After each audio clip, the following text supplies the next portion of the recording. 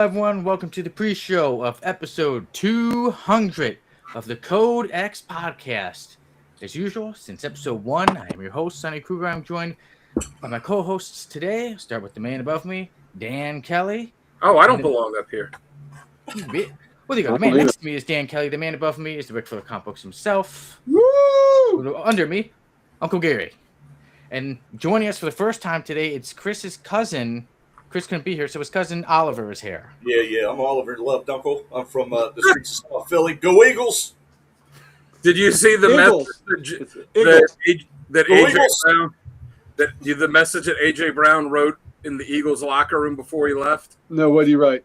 Because I guess they have it where they could sign something way out. Like I know the Ravens have a wall where players sign after they sign their contracts. He wrote, Thank you, Richard. I don't remember exactly how he phrased it. What's up, Richard? But he wrote, that he was the best player in franchise history.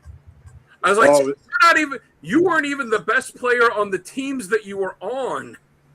Wow. Best player in franchise history. Yeah, because it's not like they had guys like Randall Cunningham or Reggie White. Well, let's talk about the last two-way player Sonny's Beard 2026 in the NFL. Chuck Bernardic, Concrete Charlie. Come on, you know better than that. Thank you, Richard. By Dan Kelly Art. I was telling people, look, Dan Kelly Sparks. The one guy, I don't even personally like him because I think he's a D-bag, but, dude, you weren't T.O. Dude, I don't even like T.O. As a person, but that guy was dominant. How about dominant? How about Reggie White? I said, yeah, Reggie White, Randall Cunningham. That's right. Do some push-ups, baby. Ron Jaworski. A Polish rifle. That's right. Right. Yeah. Well, guys, it's been 200, and I've got a lot planned for us today. I've been working for hours the past few days, just getting everything ready so that this could be the biggest and best show of Code X. Sal may be joining us a little bit later, Mike too, so hopefully they're able to jump on. Where is Sal? His daughter had, and there's like karate or something tonight. Oh, some camp. She had something tonight. So he had told me that he tried come in on his phone, or that he might try and jump in later when he gets home. Okay. But we will hear his voice for sure because he made quite the epic intro for this episode. All I know is my cousin Chris said he was told that this was mandatory, which is why I'm here instead of him. Well, at least you're representing him. And, Richard says, yes, true. The Code X is the best comic YouTube station. I agree. He's already guessing. Now we got characters. That's awesome. I've got a different guess. Yeah. What's up, Mr. Keith? Mr. Keith, welcome to episode 200. Also, the 5-year anniversary of the Code X podcast /station. 5. Celebrating. I got the 5. And there he is. Joining us from the Slabatorium himself. Sal the Slab Guy. What's going on, guys? What's up? Look, he's got a brick wall. He's got cinder block behind him. Hey, ready to get the show started? I'm on the pre-show. And have you met Chris's cousin Oliver, who's next to you? Where are you broadcasting from, a bunker? It's better if you don't know. He's broadcasting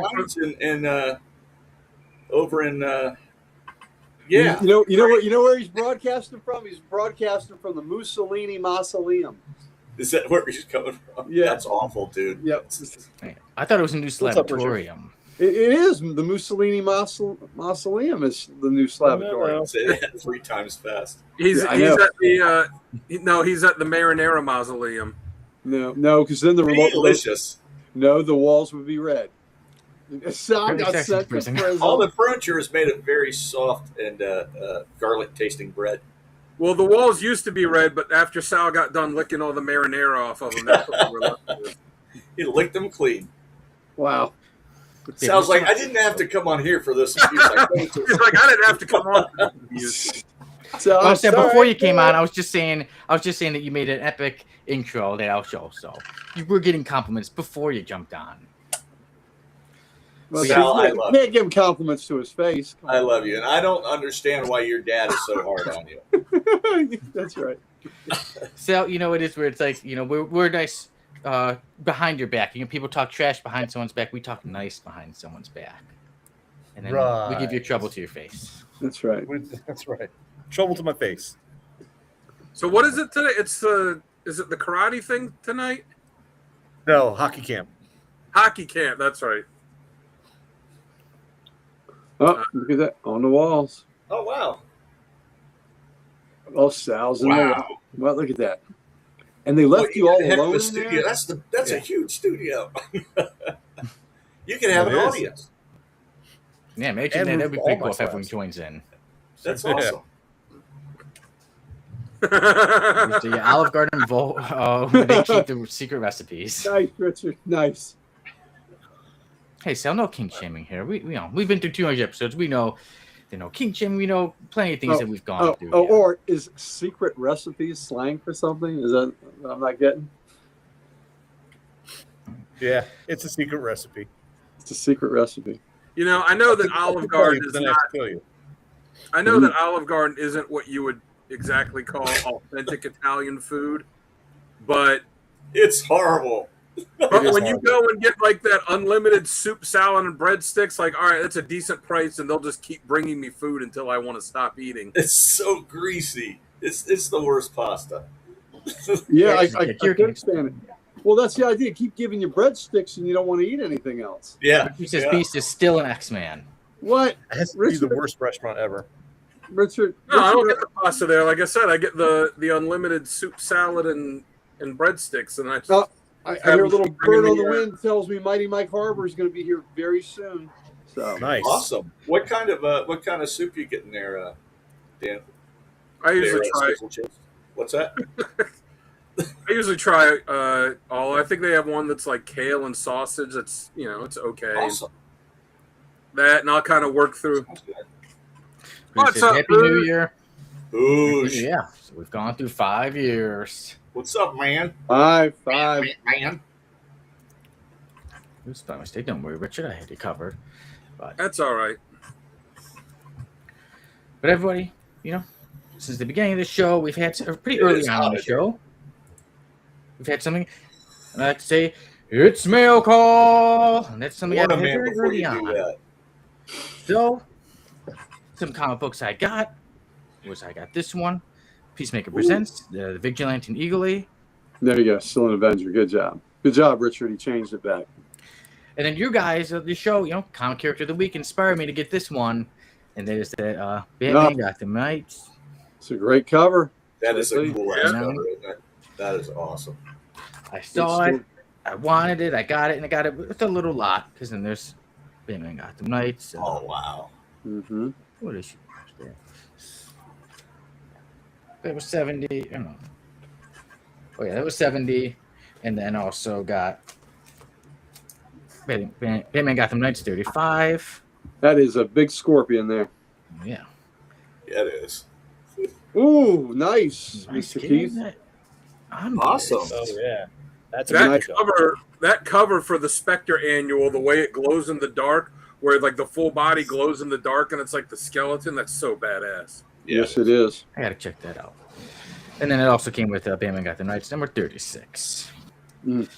But then I did run into I saw my aunt, and she said, I didn't get to see you for your birthday, but she gave some money before, but also she's got picked up some comic books. So there's Wolverine. What is that, issue number 57? It's like the Deaths of Wolverine or something like that, and then some Dark Knights Wolverine. That's a great cover. Nice. Him and Daredevil. And then it's nice. Got me something that I didn't have, and that is X-Men 220. Yeah, there's 220, right? Yeah, 220. I like that cover with Stormy. She's like, Ford, you coward, show your face. I want my powers back now. And Ford's just like, What's up, Mike? That was back when I was buying it monthly. Hey, guys, sorry about that. I was taking a nap. Hey, Mike. Hey, Mike. Woohoo! Mike was taking a nap like us old people do.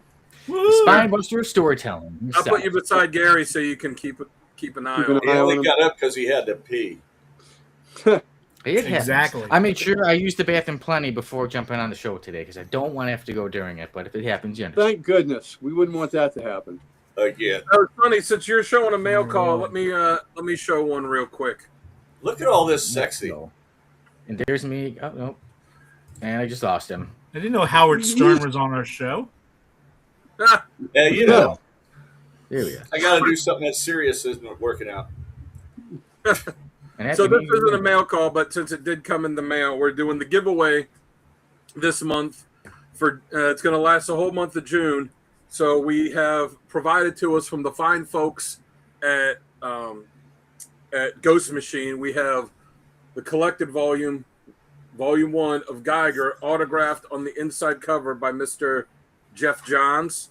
Nice. And we have volume 2 of Geiger, autographed on the cover by Mr. Jeff Johns. And we're going to be giving these away. So all you have to do is you have to be a subscriber to the station. And either in the comments here, you have to put hashtag Ghost Machine, or if you're watching this after it's not live anymore, then put in, then just drop a comment to say hashtag Ghost Machine.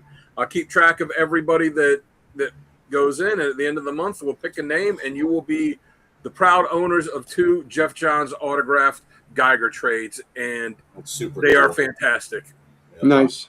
Yep, Richard's got it. Hashtag Ghost Machine. I think you're already entered in it, Richard, but I just got to find my thing where I was writing all the names.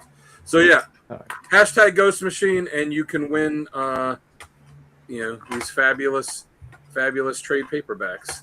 Excellent books, too. Yes. Good reads, and they got scribbles on them. Yes. Yeah. That's super cool. Mm-hmm. Oh, he's talking about the Spectre cover. All right. Let me tell you a little story before when we were jumping on today. Sending you guys all the, the link, and suddenly there I am, and then I see the screen next to me. There's no person there, and it's like Oliver, and I'm like, did I accidentally post this publicly, and some random person has jumped in? I'm like, hello, and then I hear Chris say, hey, my cousin's gonna join me today. I'm like, be polite, but then I'm like, who's joining us? Do they know all the rules? And then suddenly, what rules? Rules. There are rules. You don't know king shame. We don't king shame. Rules? How about badges? We ain't need no stinking badges. No rules, no badges. I had no idea. Hey, what's up, Adam? Thanks for joining us. Thank you. Hello, Adam. Yeah. Hey, buddy. Adam. I will not be going to Heroes because I am poor.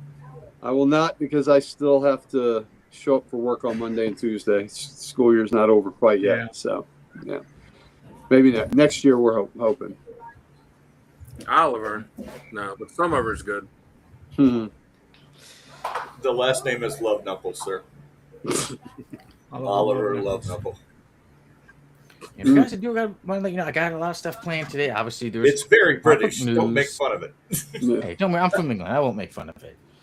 But yeah, we will live in fear and insanity. We will be having. Do you know we'll even come back? Codex. Wow, do you know? And Oliver's going to share his recipe for his favorite British dish, spotted dick. Oh, a dick. Wow. Spotted dick. Wow. I thought his favorite British dish was Helen Mirren. Yep. To cook the thief, his wife, and her lover. Yeah, I remember. I know some Helen Mirren movies and some English movies. After all, I am from England, so.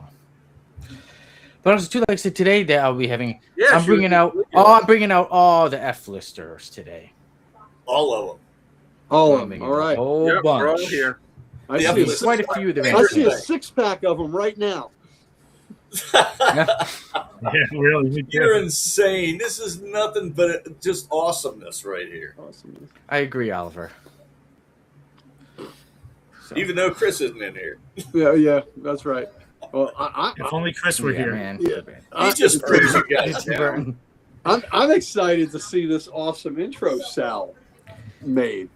Yes. And you know what? I am too. It's time to get to the actual show right now. For 5 years, the Codex Station has been a home for comic book fans, collectors, creators, and dreamers. For 5 years, the Codex Station has brought on new faces, new shows, and for the podcast, 199 episodes. The team has debated great heroes, survived the worst comic book events. They've hunted down grail books like the Predator, hot on the trail of his next prey. defended controversial opinions, whether the Beast is an X-Men or not, and somehow endured Sonny Kruger's relentless destruction of action figures. The Codex Podcast has spent 5 years celebrating the hobby and the community that brings us together, the friends who became family. Tonight, we celebrate the journey, the never-ending path of destiny, and the incredible community that has supported Codex every step of the way. Tonight, join Sonny Kruger and an array of guest hosts as they look back on the 5 years of memories, laughter, debates, and comic book adventures. 5 years, 199 episodes, countless comics, infinite stories, and after 5 incredible years, episode 200. This is the Codex Podcast. We're just getting started.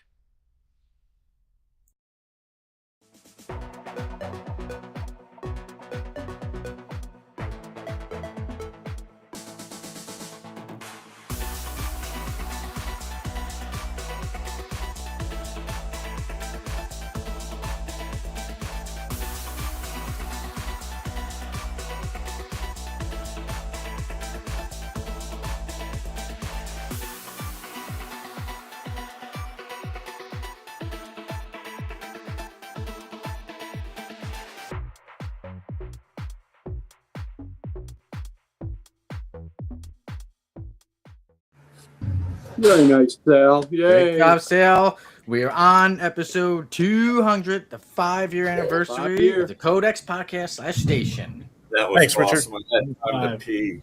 That was yeah. I love the relentless destruction of action figures.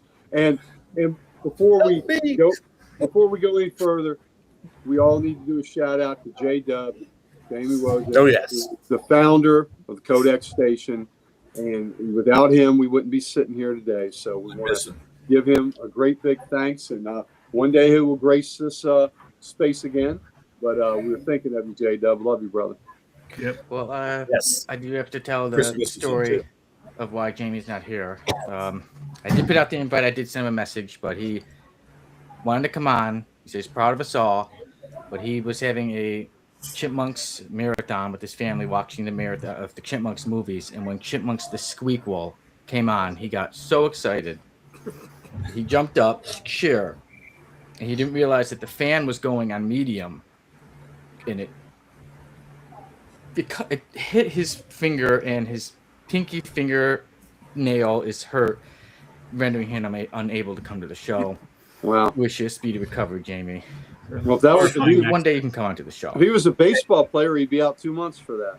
Yeah, I was going to say in football, heck, that would have been half a season.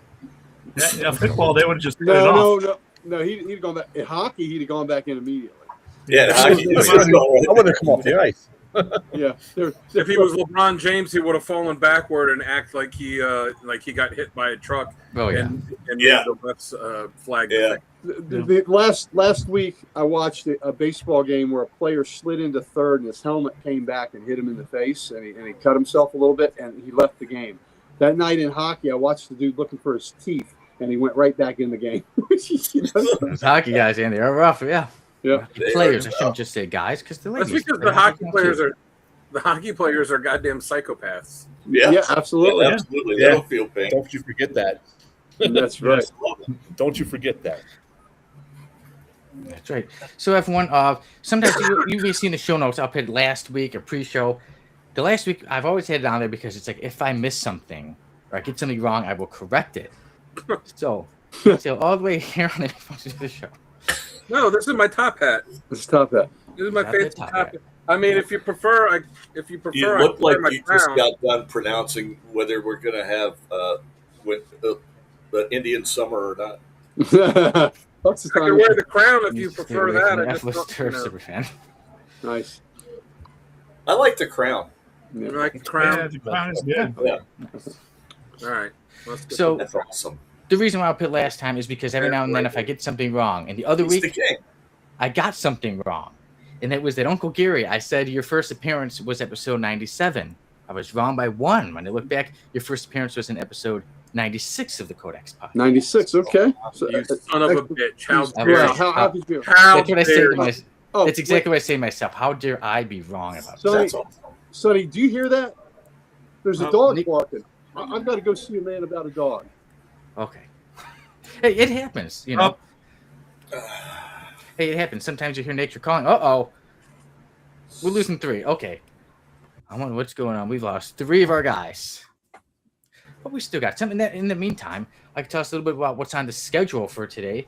And like I said, wait a minute. I got to go see the Brown Lantern. Hold on a minute. It happens. It's okay. All right. So it's just me and you, Oliver. Okay. So I'll go over what's going to happen on the story. We have an origin story of the Codex Station. And then we would have our comic book news. And then we would have Still Keep On Variant Insanity. We'll have Right or Wrong. We'll have Do You Know? And then we will have our random panels of the Codex podcast. So it's not just going to be, it's not just going to be one for this week. It's going to be stuff that's happened throughout the whole show. Kelly? And I've lost everybody. Everybody is gone. They've all left me today. Every now and then I have to use the restroom, but now apparently all 5 of my co-hosts have had to leave. Probably to use the restroom. It's okay. It happens. Now I have to make myself bigger. All right, I'll let you off the hook.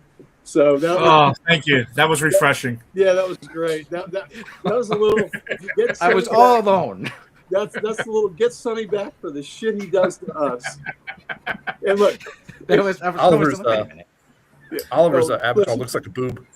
And Sonny, it's bad enough when you do it and you leave me and Mike there, but you left me by myself one day and said blank and blanked out. I'm like, the front or the back? I've emptied out the tank. I got to fill it up now. Yeah. So, Sonny, that was just a little "we love you" jab. So, and I love it.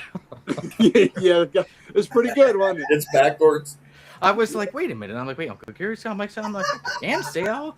I was trying to think. I'm like, maybe you have to use the washroom. Maybe Sale something. Somebody called him, but yeah.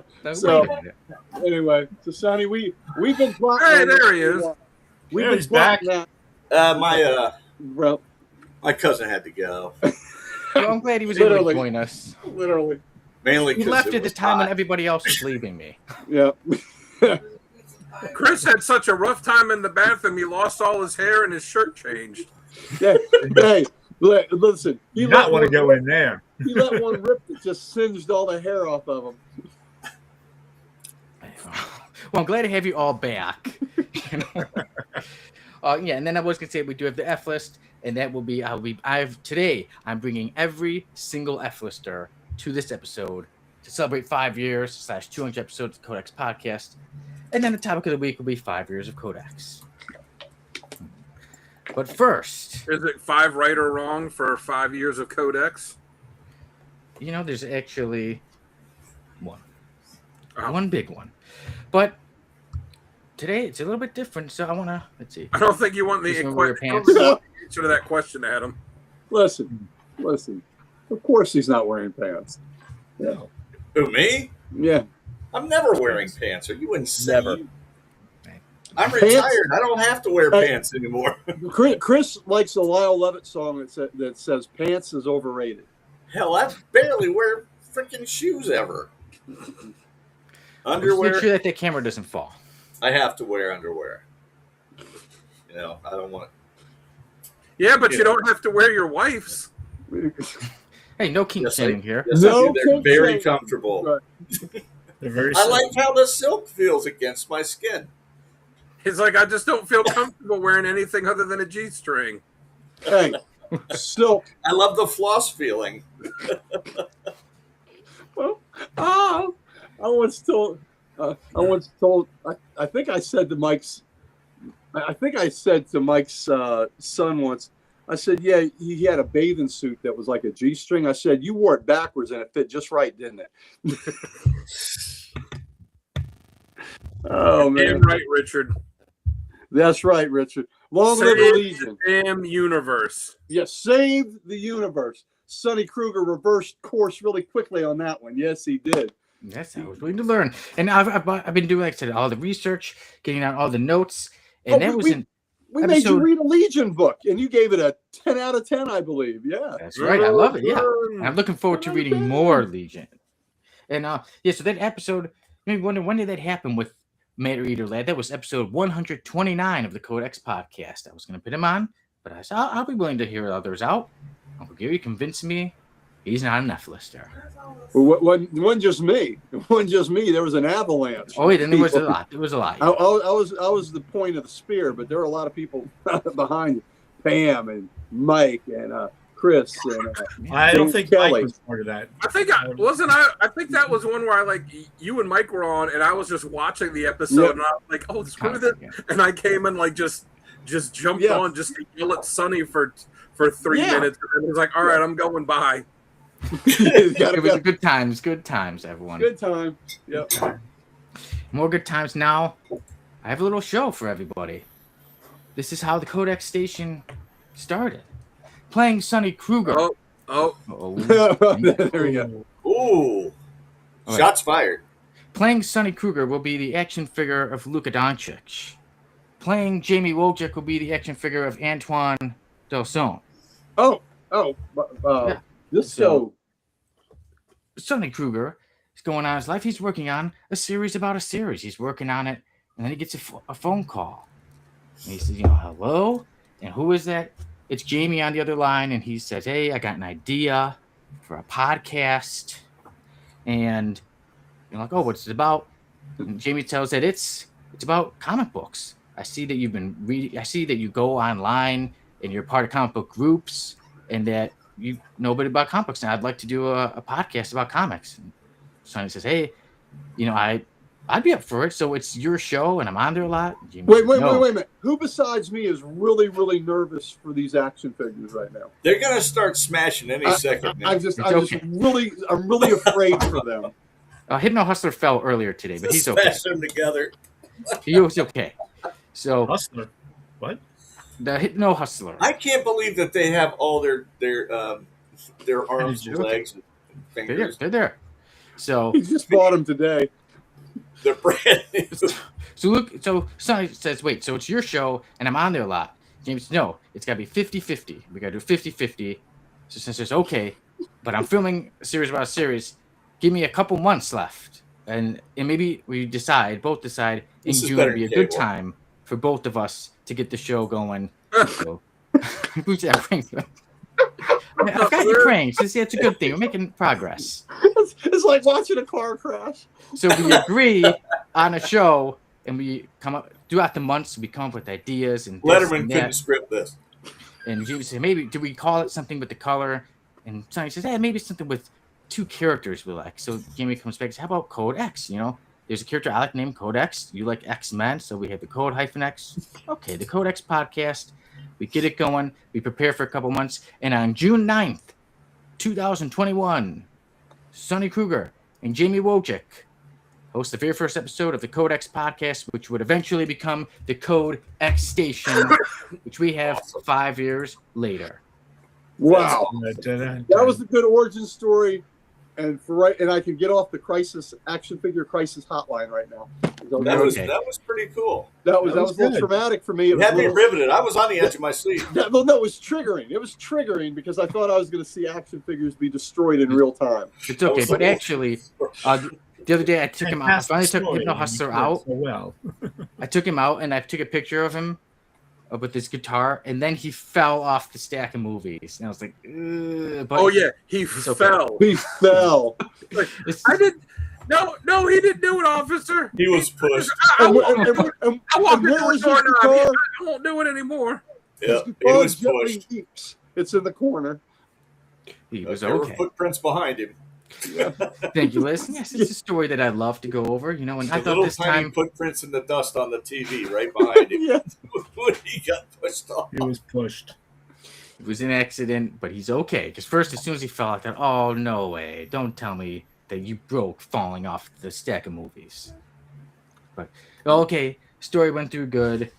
That was a great story. Great story. Yeah, and now it's time we get into some normal stuff for the show. It's comic book news / the rundown.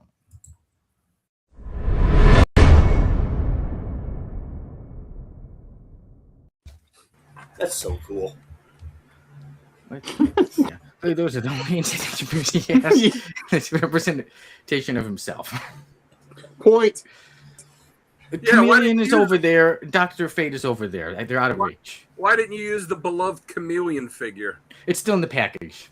Oh, I was thinking. That would have been even funnier if you had done it with it. It's still in Yeah, very safe. That would have been great. He's in his bunker. He's all right. I'm not getting him out of the package now. All right, I guess you could save that for the episode 250 skit. This show must go 250 on. Chameleon, yeah. But yeah, so comic book news to run down. Avengers #1 is coming out, and it gets Chip Zdarsky and Marco Gicchetto, and it will, Earth's Mightiest Heroes. But now it'll be called Earth's Mightiest Survivors. Earth's Mightiest Heroes. Yeah, so Earth's Mightiest Survivors, and it comes out November 4th. But we also have sad news, and that is that writer Marjan Satropi, who is the writer who made Persepolis, has passed away. She passed away at the age of 56. She had been grieving the loss of her husband, Matthias Ripa, who had passed away 1 year earlier. And, so there's no, they didn't mention how she actually passed, just that she died of sadness. So no one really picked up. 56, I think. We just did 56. Yeah. No action figures were harmed in the making of this episode. Yes, Richard, no action figures were harmed. And then the night is early. The night is early, Richard. I'll make sure I don't knock him off on accident. Be careful, no accidents. Accident. It's no boating accident. Dan's cracking me up. But we also... What, because of the crown? I love it. Yeah. Well, Dan, I got some news that I know you don't like, and I don't really care for either. And that is that Hasbro is launching an AI studio called Sixth Wall. So thanks, Hasbro, for being part in the fall of humanity. Yeah, so they were saying people were stealing. Oh, we're tired of them stealing, so we'll just make our own AI studio. So now you can make, use all the characters. Then Mr. Potato Head, and of course Optimus Prime, and G.I. Joe, and everybody. So that's out. Skynet. When we come back around for the discussion, I have thoughts on this. I look forward to hearing them, Dan. I like to hear your thoughts on AI, But there is some good news, and that comes to Dark Horse, in that they're recognizing the union for their workers. Like I said, people worrying about AI taking jobs and a lot of things going on that they've had a lot of layoffs. So the workers started a union, and Dark Horse is recognizing it. They are giving, That's really cool. Who says Whoppers rule? King Dan, what do you think of that? For Dark Horse? Whoppers. Whoppers are good. Okay. And Dan then says this Whopper is great, by the way. He loves it when they slap him in the face. I like the ones where it's the 2-patty ones with cheese, ketchup, mustard, and onion. No bacon? Oh yeah, bacon too. I have bacon. And I like when you get the French fries and there's just that one stray onion ring in there, or if you get the onion rings and it has just the one stray fry. And there always is one stray. Yeah, I think it's got to be. They got to do that on purpose, right? Yeah, that's awesome. Trying to get you to want to buy more. Whoops, we'll throw that one in there. But you got to do that on purpose. You're like, you could have had this, and you're eating next time. So you're like, next time, oh man, next time I got to get onion rings. And then the next time you get onion rings, you get the fry. Like, oh, I got to get fries. I haven't eaten. You're controlling us at that level. Oh my god. One more piece of news, and that is also some sad news, and that is the actor Tyler Mane, who played Michael Myers before. He announced that he has breast cancer at the age of 59. So he put out the video that he's going to do his first round of chemo, and he did say for everyone, men too, because he was. The percentage most people don't think of men getting breast cancer, but Tyler Mane, he has breast cancer. He caught it early. I want to say too, somebody a little bit of health issue. This past weekend at the Lehigh Comic-Con, I ran into a person that most of us have met here, our good buddy Jim Calafiore, and Calafiore announced that he's been diagnosed with Parkinson's. And it's been affecting him a little bit, and fortunately it's affecting his non-drawing side. But he just wanted people to know if they see him shaking a little bit that's what it is. And so a lot of love and support to one of the fantastic individuals in the comic industry, Mr. Jim Calafiore. So Jim, one of our favorites, and God bless you, and thank goodness it's not affecting his his drawing hand right now. But he does worry that companies will think that he can't function and things like that. So he's trying to beat that perception. So, but good for him, and it was really nice seeing him again this past weekend. So, and we'll see him at Baltimore too. But anyway, thinking about you, Jim. Thoughts and prayers for your brother. It's good that you saw him. Yeah, absolutely. So yeah, he needs support.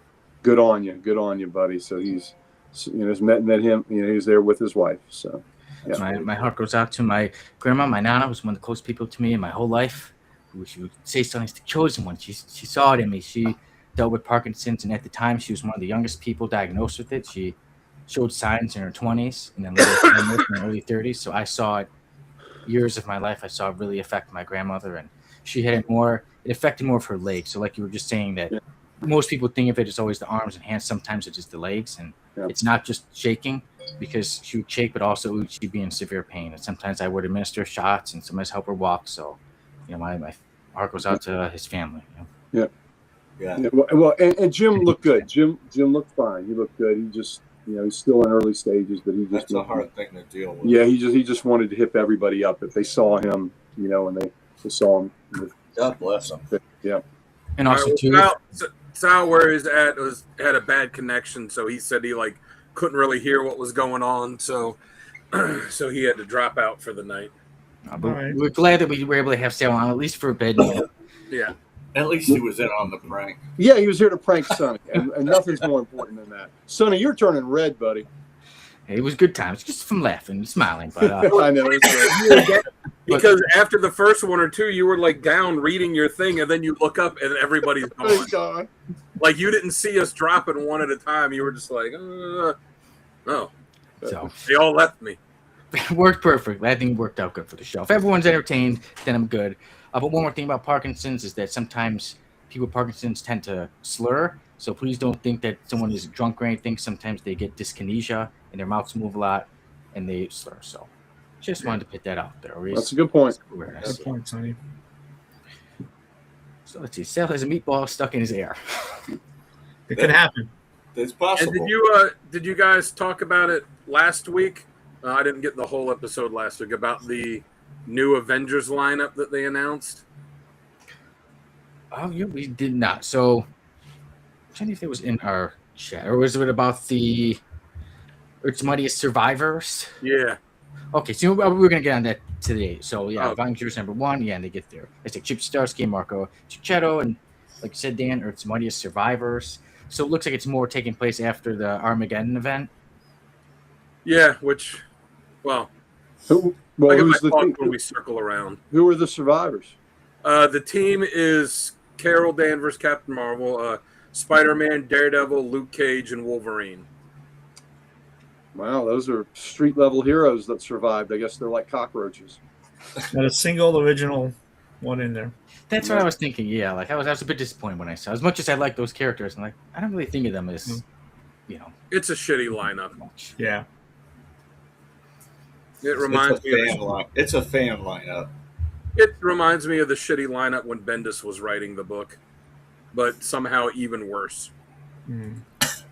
Well, if anybody wants to check out how bad or maybe how good it is, first issue comes out November 4th. Hey, did you all catch it? Bendis' awesome run on Legion? It was so amazing. Terrible. It was terrible. But we supposedly will have a Legion book this year, so I'm looking forward to that. I hope so. But it was terrible. It was. Stop! Don't change what is great. Technically, that issue, even though it doesn't really get acknowledged, technically that one issue of Legion has the first appearance of the Yara Flor Wonder Woman, where she's drawn in the back, in a crowd of Legionnaires. What? Okay. Yeah, I have to pull the issue out to see which one it is, but someone asked Bendis about it at the time, because it came out before the Future State or whatever it was she was in, and someone's like, "Oh, that looks like Yara Flor in there," and and his comment was, "You've got a good eye." What'd you say? I was just translating his comment. Oh. What was his comment? I'm sorry. Oh, I think he said something like, "You've got a good eye." Like he confirmed that it was supposed to be her. All right. Oh, really? Yeah, but I don't see it acknowledged anywhere. So I guess that is passed by. It'll be something that in like 20 years when CGC decides to acknowledge it, then everyone will be like, "Oh my god, I got to get this book." Someone will pick up on it. Yeah. And then speaking of things, we were talking about creators. I forgot to mention that James Gunn got on. There was talk of Supergirl. People wonder, why does she have pierced ears? So James Gunn even got online and said, well, because when she goes to Krypton and then she's able to get at them there with the Red Sun and everything. But somebody else who jumped on it, causing some trouble, was Dean Cain.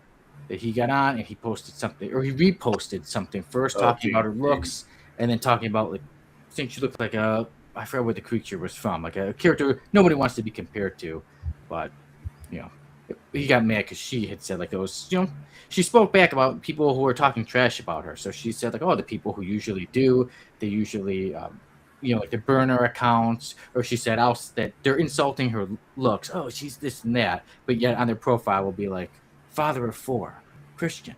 Yeah. Then, so, So now, why do people always try to make me look bad? If you want to be perfect, be like me in love.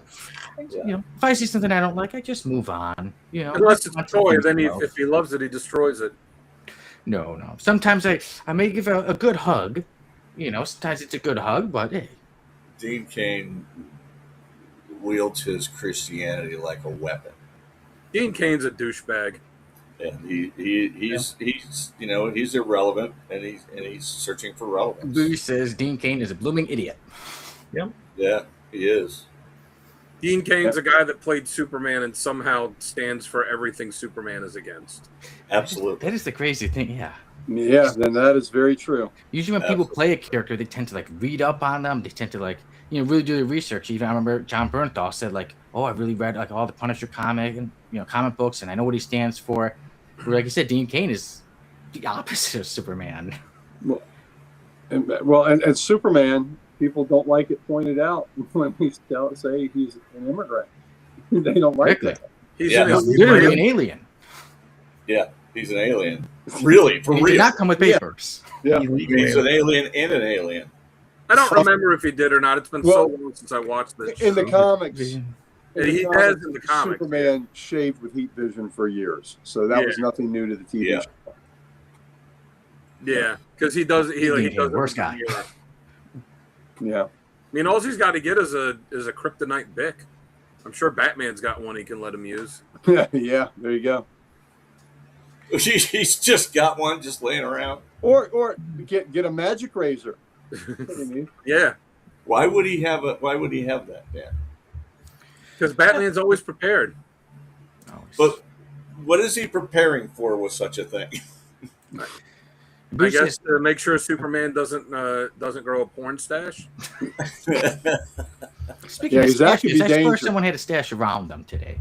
Who says Terry Hatcher was the star of that show? Oh yeah, they're real and they're spectacular. True. Seinfeld. That's too funny, Dan.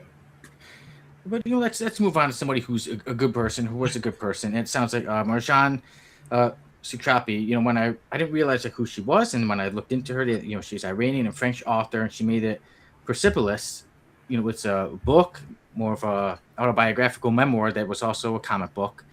And it seems really interesting when I looked into it that it's about that she grew up during the Iran-Iraq war, and that her in her life she had all these different thoughts, and she was told this and that, and it was during during a time when Iran really was changing, and she remembers classes being separated. You go here, you go there.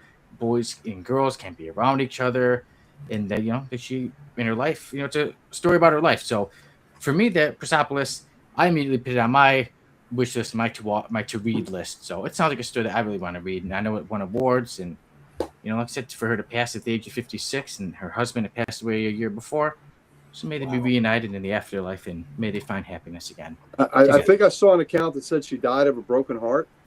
That's what the French president just put out there, not saying why, just that she died of a broken heart. She died of sadness. So. Wow.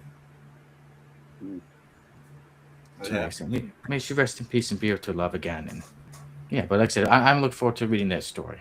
And she, and Marjan had passed away. The name looks like Marjane, but since she was Iranian and French, so that's why it's pronounced Marjan. That she passed away on June 4th, so last Thursday. And at a very young age, like I said, very young age to be 56. But may her work carry on her legacy. So story I look forward to reading. Have any of you guys gotten to read Persepolis? I have not. I haven't. It's really good. Is it really good? Just looking for my copy right now before I was. But Dan, I want to apologize. I didn't realize that you said Bick. I thought you had said something else, which is why I was wondering why he would have such a thing lying around. So I realized later what you said. I apologize. I'm going to. Yes. He took it from Midnighter, who uses it for Apollo. Yeah. But Mike, would you like to tell us a little more? Like I just looked at this story quickly. So you've read it. Anything you'd like to say about the story? It's a life story as a little girl growing up in wow. Iran. So it's actually I want to say there's a second volume that she put out as well. But it's been a while since I've read it. It's a classic. Is it? It is. I look forward to reading it. Yeah. Yes, every now and then we get our comics that we love to read and have fun and fighting in space and this and that. And sometimes they're funny stories like The Pro. And sometimes I like to read something serious like Mike, you got me to check out to read Mouse, which is classic. And now this one, Persepolis. I look forward to reading. Yeah, Mal's won a Pulitzer. Yeah, and the Pulitzer people said, we can't have that. And they changed the rules so a graphic novel can never win again. Yeah. So, I'm glad it won, but ridiculous how people said it can't win. Sometimes people really get on the nerves. But Dan, let me ask you about somebody getting on your nerves, and that's Hasbro with their AI studio, Sixth Wall. I'll let you take it away. Well, the whole thing about, people are stealing this stuff, so we're going to set this up so we can license it out. And then using the original voice actors, too. And, people are all... AI, its nature is that it's already stealing. Nobody creates anything original with AI. They just, have a computer steal stuff for them. So they're already stealing. Who's going to pay to license it when they're already stealing shit? Is the stupidest thing.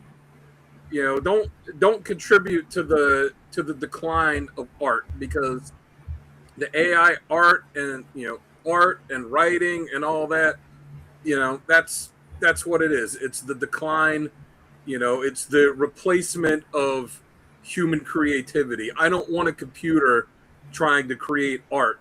I want computers to do work to leave humans free to create art and writing and music and sculpture, and all that stuff. It's a replacement of the human soul. Yeah.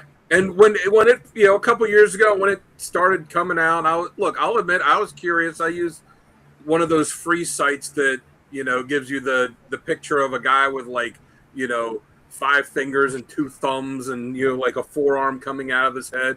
But I went on one of those sites and I typed in a few prompts and to kind of see what the deal was, and you get some ideas from it. But looking at it, I was like, this is all just garbage. This is just recycled garbage. And I posted a meme about it on the meme group that I set up. Yeah. Where it was a picture of Macho Man holding a little creamer cup. And it said, for all the people that say that they have to use AI because they don't have the resources to create anything, never forget that Macho Man Randy Savage once shot an entire promo by himself just using a creamer cup that he found in the break room. Do better. Yeah, the cream of the crop. Yeah, I love when he posted it. Yeah. Do better. that say like, oh, well, I can't, I'm not good at writing. I can't write. Well, practice it, or find someone to collaborate with. Oh, I'm not a good artist. You're like, all right, there's lots of good artists out there. Find someone to work with. For everything they say, I can't because of this. I can't because that. Like, just there's plenty of people out there that you can work with. If you say you can't, you won't. Yeah, Bruce says it's going to turn into a real Life Twilight Zone episode. Like earlier when Mr. Keith said MHF Stan Lee just put his ideas into AI. Yeah, Richard, I disagree. Remember this comment, Skynet, when you take over. Stanley's ideas were, Kirby's ideas. Anyway. But, it's the thing. It's the people that think, and I was talking to my wife's cousin, her daughter just graduated from high school, and her daughter is a fantastic artist, but she's going into into something else, studying it in college, because she sees what the writing on the wall is. Oh yeah. But yeah, exactly. But I was talking about it with her, and I was like, it's the people that think the idea is the thing, where you'll, and anybody, I'm sure Chris has heard it, anybody that's heard it, and I'm sure you've heard it, Sonny, is, oh man, I got this great idea for a story, and then they'll give you this like 2 or 3 sentence thing, and then say, how about, like, here's the idea, man, and you go out and make it, and then we'll split the money 50-50. It's like, the idea is not the thing. Every one of us has ideas for a story, a character, a song, or a painting, or whatever. It's the actual creating of it. That heart and soul. Got to execute. Yeah. And look, the people are like, I'm not a good artist. Okay, well, find a good artist. What'd you say? Find somebody. Yeah, find an artist. Like, look, there's plenty of comic pro artists that I look at their work and I'm like, I don't like this at all, but other people do. Just because you don't think you're good, maybe someone else will. And the great thing is online that there are so many communities to find people. What'd you say, Chris, what were you saying? Okay. What I was saying is that there's so many communities out there. Like I said, it is easier nowadays to find other people. Hey, I'm making a comic book. Hey, are there good artists out there? That's true. Yeah. And there's a lot of artists that are a lot of money, expensive, but I've seen it looking for people and putting myself out there. There's also ones that are oh, am I your dad too? Man, my children are just multiplying. First it was Sal, now it's Mr. Keith. They're everywhere. But yeah, there's some artists that are expensive, some that aren't. It's good to be the king. Collaborate with you.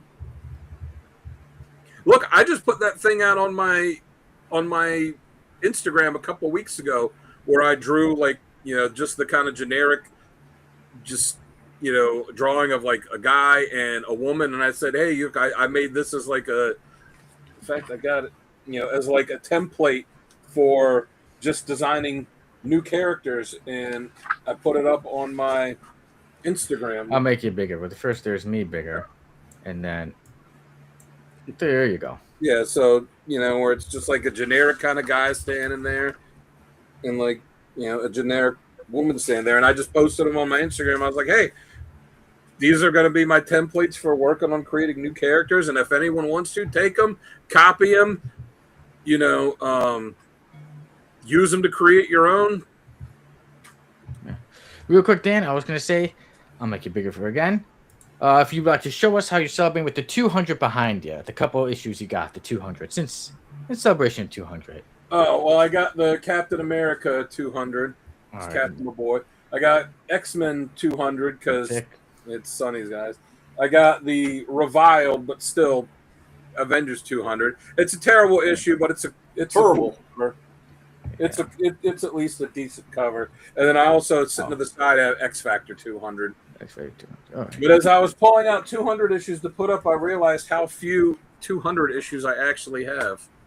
And we said that Justice League 200 is hiding on you. Actually, I think you'll find it literally when the show ends. You'll look, and it'll be right there. No, I don't have a copy of it.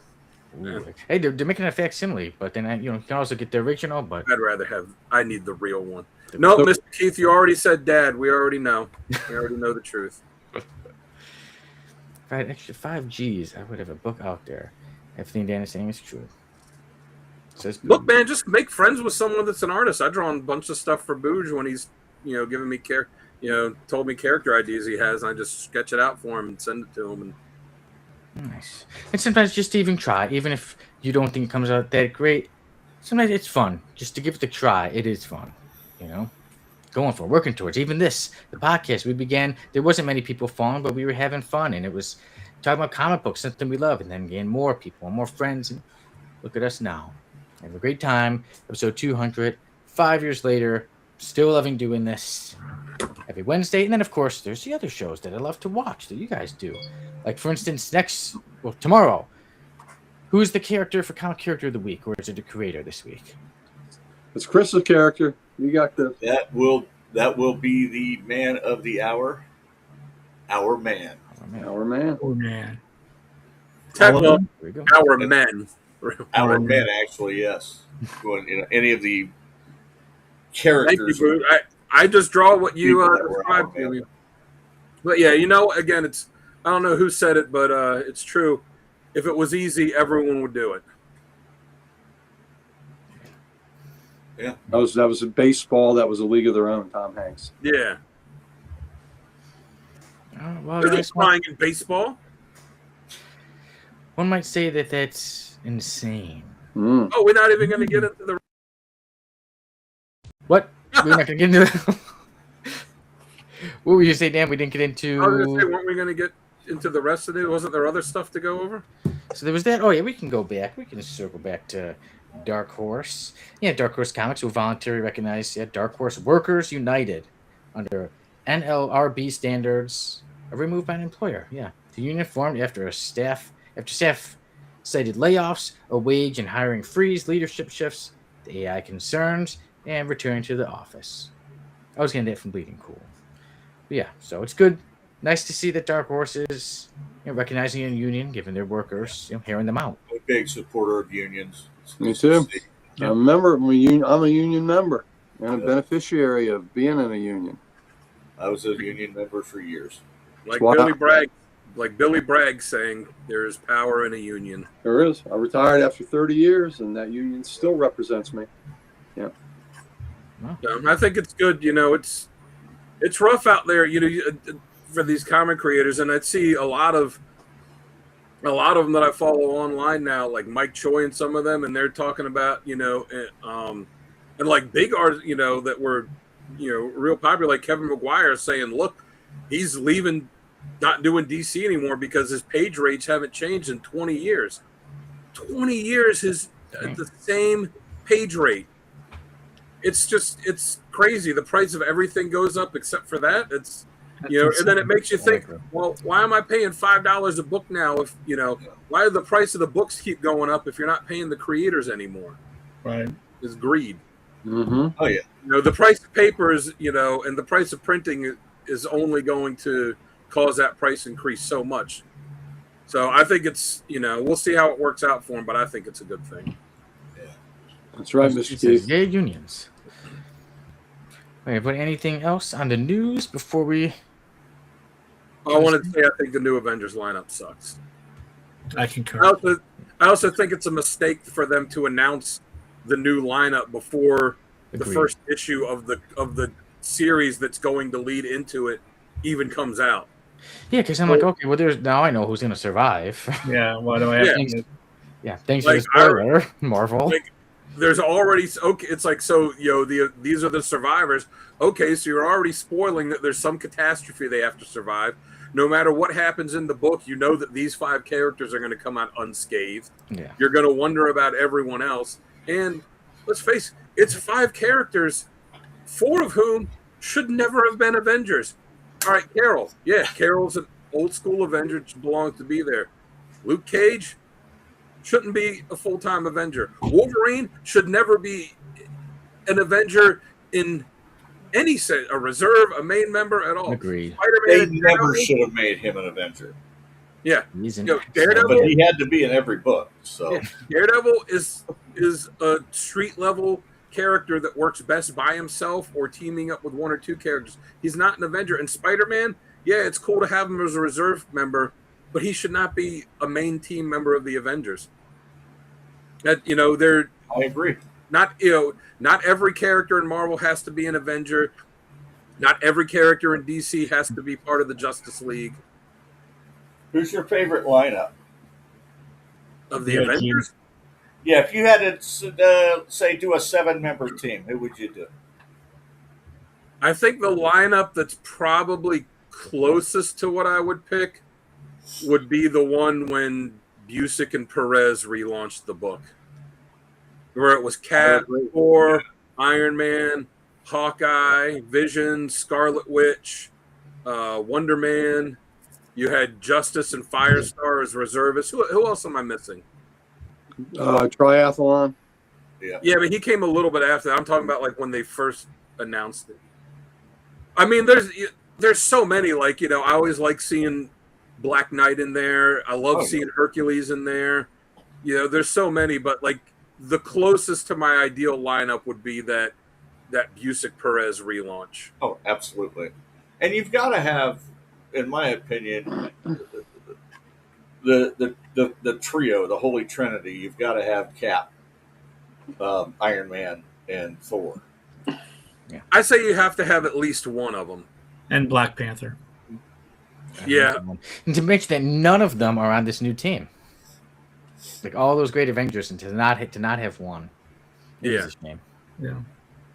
I gotta think. I feel like I'm missing someone from that lineup, but maybe I'm not. Maybe I got Widow. Maybe. Yeah, Wasp.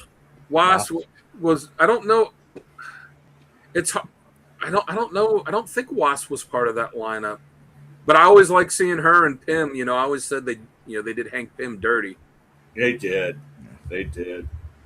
I don't know. What about you guys? Who's your favorite lineup?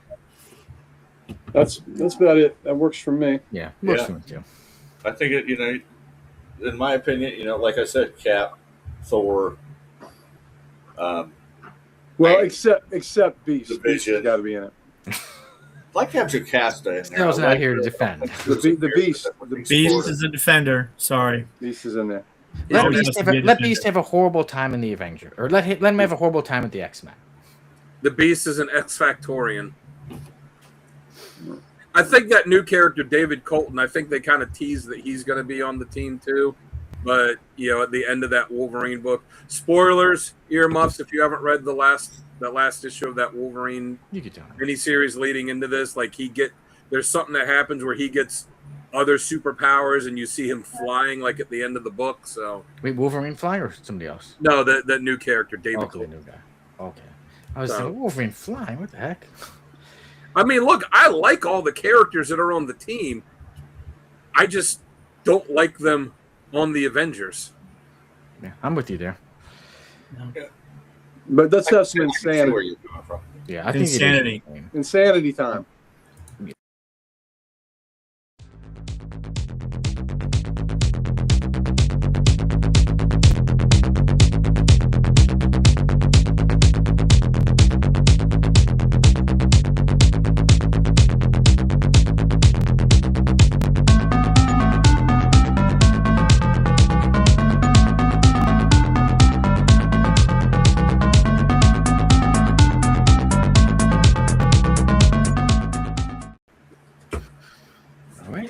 Before I get into your insanity, Mr. Keith did say Nightcrawler needs to spend a day with the Avengers, and Bruce said, maybe it should be an Avengers side team because I do kind of agree with the Trinity though.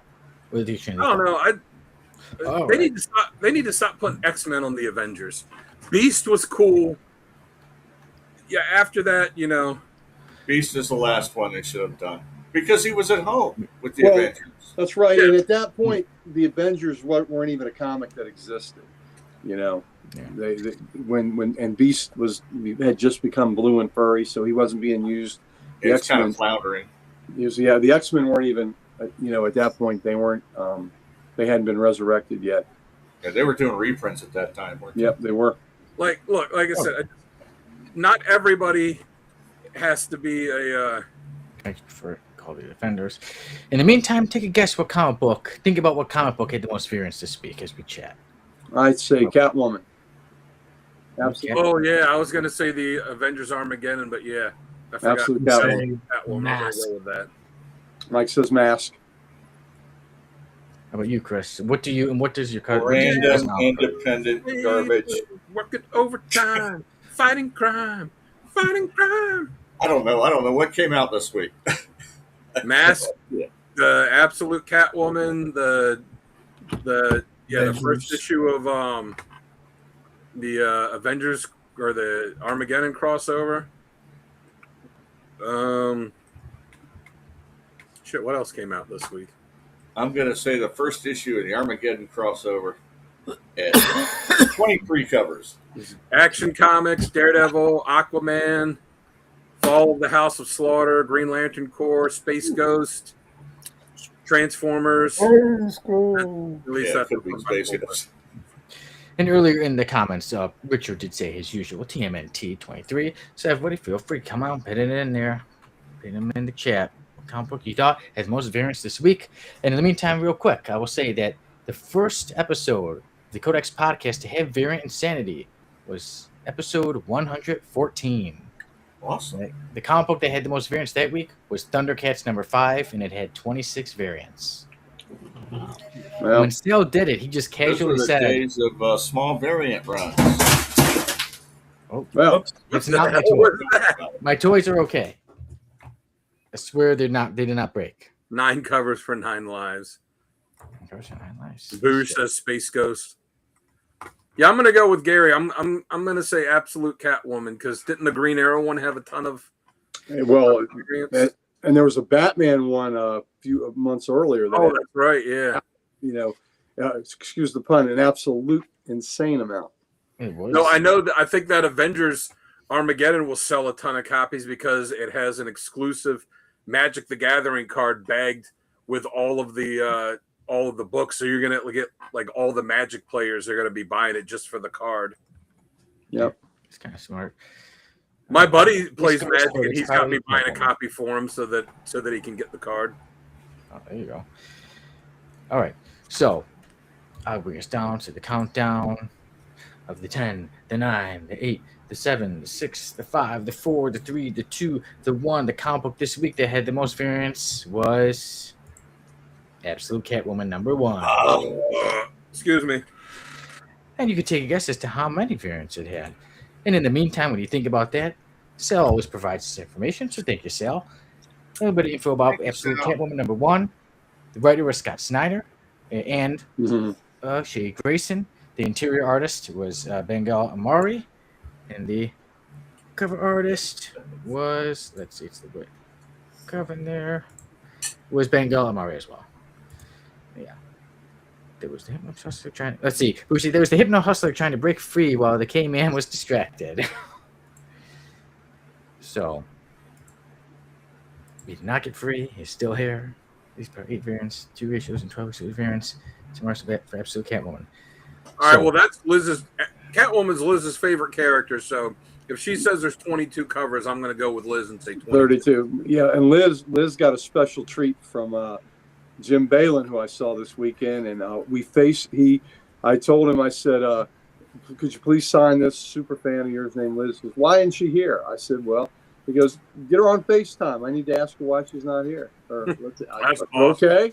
So she got to talk to him in person, and Liz about lost her mind. And so today I gave her that's awesome. A print signed by Jim Balin, a comic signed by Jim Balin, and she didn't know she was getting that. And then I also had a sketch that he drew for her. So that's amazing. So Liz, cool. Yeah. So I'll be, as a matter of fact, I'm either on Liz's show this Sunday night or one coming up where we'll talk about it and she'll show off her goodies. So yeah. Oh, she's going to some good guests. Show off her goodies. Is it on OnlyFans now? It's a special. It's a very special episode. Hey, local stars, they've been having a lot of specials lately. Mike was on there recently. One of those kryptonite things you were talking about earlier. Yeah, it was. Yeah. They may have to get the Minister of Sinister on there soon. Because I know, Dan, you've been on there, and Uncle Gary, you were on the first episode of Local Sirens, right? I don't think I was the first episode, but maybe I was the first guest. The first guest, okay. Yeah, check out Local Sirens. Whatever. So yeah, so the numbers were in. So let's see, Bush had 22. How many did Liz have? 22 as well. Evidently, Chris had. I mean, so what did? So 32 is what Liz had together. Well, no, Liz said 8 variants, 2 ratios, 10? and 12 exclusives. So 22. 22. Okay. Like I said, if that's what she says, I'm gonna go with her. I'm gonna. Yeah, I think Liz. I'm gonna go with Liz too. 22. Chris? I'm going with Liz. She would know. Mighty Mike, how about you? She's the pro. That was the first guess. Woohoo! 13. Guys, usually I would tell you to get your heads out of the gutters, but today It would have was worked. Your heads 69? just in the cover. Yes. 69 variant covers for Absolute Catwoman number 1. I was gonna say Oh that my to be a God. smart ass. I was gonna say that to be a smart ass. You played it clean. The one time where if you had your head in the gutter, it would have worked. Yep. Yeah, That's because I'm long-winded and I ramble on. I went on. I'm like, remember, Dan? You're like, you think you're gonna beat my record? I said, there's no way. I'm not even gonna try. Dan, you were full of information that you must share. I'm full of something. So, once again, everyone, Absolute Catwoman number 1, total of 69 variants. Wow. I got the blank sketch cover, or I'm getting when I go to Meow. I'm getting the blank sketch cover, so I just got to decide what to draw. They've got to be better than that A cover. Liz, you have a lot of covers to buy. So you want to see a terrible A cover? Look at what the A cover is for Amazing Spider-Man 1000. Is it bad? It's pretty bad. It's literally Spidey going like this while he's jumping. Maybe they'll update it. Maybe if there's so much backlash. I don't understand. All right, guys, it's time for some right or wrong. And today, I'll tell everybody, relax. I will come up with one statement today. My right or wrong statement is... You got 22 covers? Damn, Liz. Whoa, Liz, 22 covers? Jeez. You got 47 to go. Yep. Come on, it's like Pokemon. You got to catch them all. Got to get them all. By the way, speaking of Pokemon, I was at Pokemon Go Fest this weekend. Do you play Pokemon Go? Only about every day. It's only like 10 years. But when I was a kid, when I was 10 years old, I got the first. They were Pokemon Brad. But all right, Booze did say it. 69 covers really is insane. He was out today looking for Pokemon. 69 covers. You can't lick that. That's just great. I mean, good job. You really got to put in the work in. You can't lick that. That's a hell of a lot of pussy there. 69. Meow. All right, guys. You don't think that Yeah, DC is in on the joke. Do you have to read a whole lot of lick lap? Lick lap. Do you have to read all 69 different issues before you can give a decent oral report on that? Well, at least before you're satisfied. Okay. All right. Wow. Just make sure there's nothing stuck in your teeth. There's a lot. That's a lot. So you got to make sure that you're ready to go all night long with that. All right, Lionel Richie. Yeah, so I didn't even think about it. Now that you got me. Okay. Now that song's playing in your head, isn't it? Now it's playing in my head, and I will even if it's playing in my head, I will get to right or wrong. My one statement is this: the Codex Station will live on forever until the sun burns out and our planet sinks into oblivion. Yeah. Let's say right. Right. Sure. You sound super confident in it. Yes. Sure. There you go. Absolutely. Yes. It will, because even if all of us leave, we know Chris won't, because as he said, the camera calls to him. I can't stay away from it. Same. Yeah. So, me and Mama Red, we saw the movie Project Hail Mary over the weekend. So it was a great movie, and you show other planets and things like that, and aliens. Don't want to give too much away. But see, even if all of us humans are wiped out, maybe other aliens and extraterrestrials will still watch this show. And see it. That's right. It'll be floating in the ether. Yeah, I want to see that movie. I heard and then they'll be like, I'm glad we destroyed them. I know it's based on. We destroyed ourselves. We did it ourselves. We did it to ourselves. Oh man! What were you saying, Dan? I just said I want to see that movie. It looks good, and I know it's. Oh yeah, it is. Yeah, we'll see it too. So yeah, no spoilers. Don't give any spoilers out. Oh no. All right. I won't give a spoiler, but I will test you guys It is time, an old segment, bringing it back for the special 200, and it is Do You Know? But this is a special Codex Podcast history one. So, question number 1. When did Sonny Kruger give the first 10 out of 10 on the Codex Podcast? What episode? 1. 13. Episode 15. And what did you say, Mike? 12. Episode 69, dude. Dude. Well, Dan, what was the first one you said? 1. Dan Kelly's correct. It was number 1. On episode 1, when I reviewed Batman White Knight. Okay. I gave it That's 10 out of good. 10. All right. Dan, this one goes to you because it was on your first episode, but it was also the first time that we had another segment. So question number 2 is, what episode of the Codex Podcast had the first random panel of the week? Oh, shit, dude. I don't know. 126. I have zero idea. Episode Guess, 85. I was on it and I don't even remember the number. Chris, It's been a while, so I'll say like 126 or something. 126. What do you say, Chris? 85. 85. How about Mike? How about you?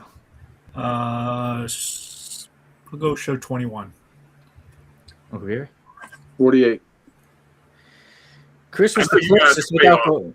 Chris was the closest without going over. It was episode 95 of the Codex Podcast. Wow. Dan made his first appearance, and it was the first random panel of the week, and that was Godzilla Plays Basketball. Well, as you see, it said Godzilla got busy. That's excellent. I think that was from the comic where it was like Godzilla versus Shaq or something. He Charles played Charles Barkley. Barkley. Yep. Charles Barkley, that's right. Yeah. He played Charles Barkley and lost. Barkley beat him. Yeah. And they made him train. And that's where that came Look from. at that. I think that was one of the first random panels of the week or random panels of the day that I put up. Because Gary was the one that named that. I just started seeing all these funny panels, and I was like, "Oh, I'll post these."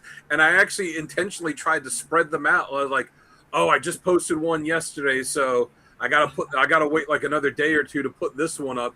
And then I think I had like 2 in a row, and then Gary called, just said, "Oh yeah," and Dan, on one of the shows that we do on here, and Gary's like, "Oh yeah," on Comic Character Day, and Dan posts this, and he posts the random panel of the day. I'm like, "Oh. All right, well, I guess I got to start posting them every day now." Yeah. That's how things start. Yeah, I thought, I'm like, hey, how it you guys, happens. I'm like, that'd be good to put it on one of the shows. But like, oh, you guys did it. So I'm like, oh, maybe if it's on Unleashed or something. And then I gave it a couple months past and nobody put it on. And so I was okay. Now it's a part of this show. Now it's Jan No, this is the right show to put it on.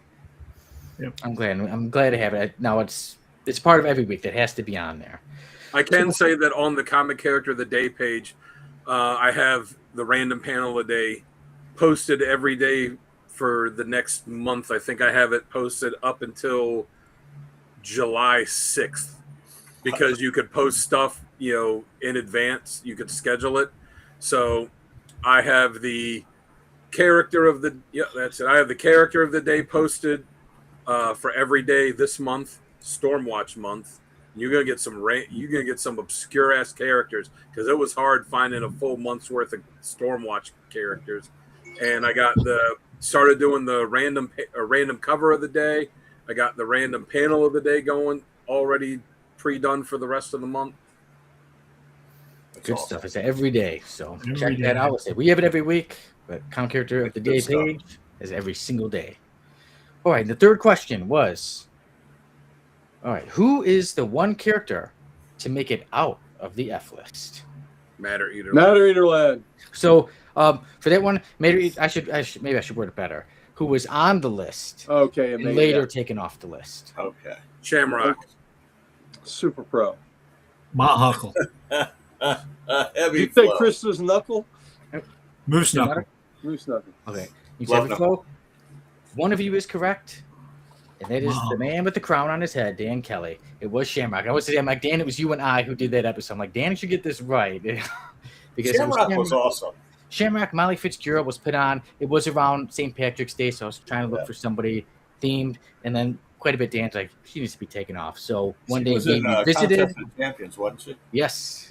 Yeah. She did And you're right. Matter Eater Lad was never on the list because he was never allowed to go on the list. That's what we bullied Sonny into not putting him on there. That's right. Matter Eater Lad's awesome. Yeah. He's Save great the universe. That's like Those if panels are you good, could give Chris any superpower, that's the one he would pick. But He you was like a combination of Matter Eater Lad and Soft Serve, that X-Men that character that shits ice cream. ice cream. Well, All right, everyone. So Chris would be quite the member of the Human Centipede. No, I wouldn't. Oh, no. Why? all right, so now speaking of Are centipedes, you hungry? Don't get Human Torch too excited when you say centipedes. I'm here. yeah, that's right. Human Torch, Johnny banging a centipede. All right, back guys. We were talking about those random panels. So what I decided to do today is that every now and then I'll miss an episode. So I already showed you the first one we had, and that was Godzilla got busy. Godzilla playing basketball. So I said, I'm going to pull out every one that I had missed. I went through every episode I had missed that had random panel of the week, so that now I get to enjoy it with you guys too. One of them was this one. Cyborg saying, so now we got 2 people out there looking for dick. No. So there we go. There's that one. And then, hey. Look at the look on Starfire's face. Starfire's like, how does he know? And then, speaking of Nightwing, well, it is Pride Month, and then there was this one I also missed, and 2 guys in bed, and one says, I wish we were married, and the other guy says, you mean to each other? And then crash! Nightwing crashes, hey, Dick Grayson crashes through the window on his motorcycle. And who is that? Dick. That's Dick crashing through the window. Dick. And they're the 2 people looking for him. Yeah, they were looking for They're in bed. They were in bed together looking for Dick. Yeah. And Dick appears. They found him. Yeah. Remember Bewitched that there was 2 different actors that played Aaron, and they were both Dick York and Dick York. Sargent. Dick Sargent. Yeah. Don and Mike, when I used to listen to him back in the day. That's Sergeant York. Yeah. What? That's Sergeant York. Yeah.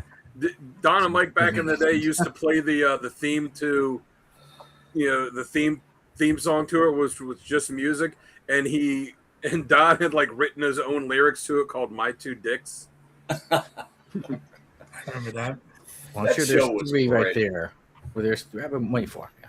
All right. The next one, I like that they found Dick. Dick found them. But then there was this one. And somebody must have spilled it in there inside of Peter's room. You found where Doc Ock is hiding. His door. Doc Ock. He stepped away for a moment. He's been spying on her for a while. Wow.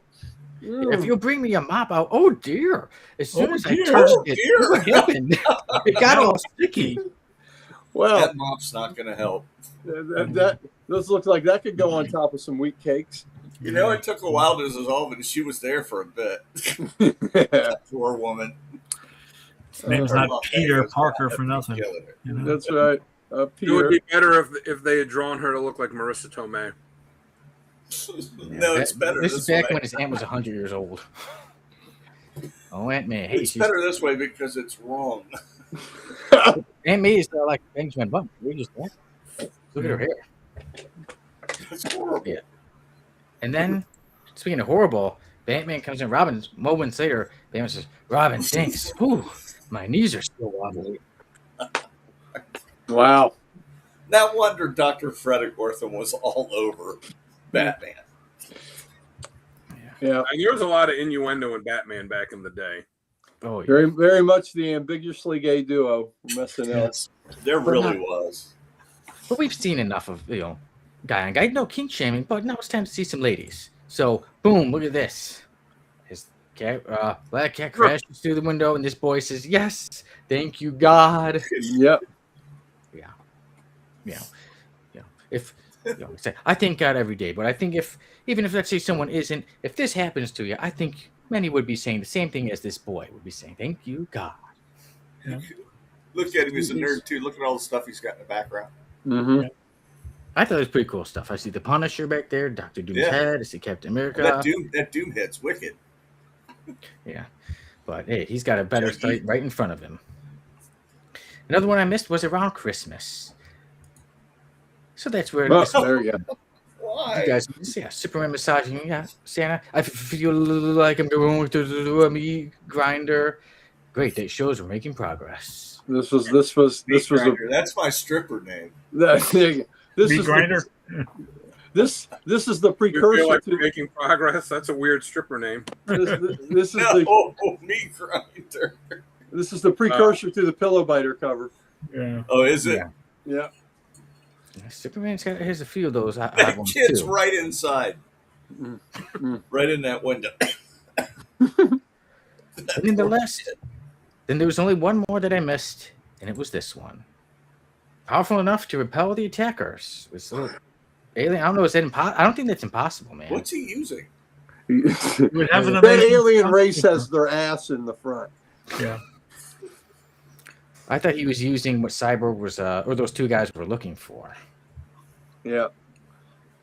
Dick Grayson. Yeah. So there you go. That's all the ones That's I missed. just so inappropriate. What's the guy wearing a vest and shorts for? What's that about? Oh, yeah. It's probably style. in some, He's in the Coast Middle Guard. European, village in the 60s. Yeah. Okay. Make me look weird. You know how they used to draw them. Mm-hmm. And there you go. That's all the ones I missed. He's German. And Got the later hosen going. Uncle He's Gary, German or he's German? Both. He's German, yeah. Uncle Gary, like I said, you had missed, or your first one was episode 96. And Hi, Chris. I'm from Germany. How you doing? Here we go. Fisto. Yeah, Fist the I ball. remember that one. yeah, me. I fisted hard, He-Man, but I could not fist them all. In fairness, the panel is real, but the dialogue is fake. Yeah. It's on 96. We did, I played Fisto. Uncle Gary read for He-Man. And then we did say yes, that was debunked. It was not real, but always gives us a good time. They Some really good made laughs. his name. No, How did they even, what were they even thinking at the time? Fisting was a thing in the 80s. I mean, it wasn't Well, like... look at He-Man's outfit. What were they thinking? Come on. Yeah. Maybe they were thinking a bit like, Fisto. maybe like these guys. Yeah, I think exactly. they're Fisto fans. Yeah, I think so too. Just a horrible name. Speaking of horrible, it's time. For this episode, for episode 200 of the Codex Podcast, 5 years of the Codex Podcast Station, I have brought every single F-lister to the show.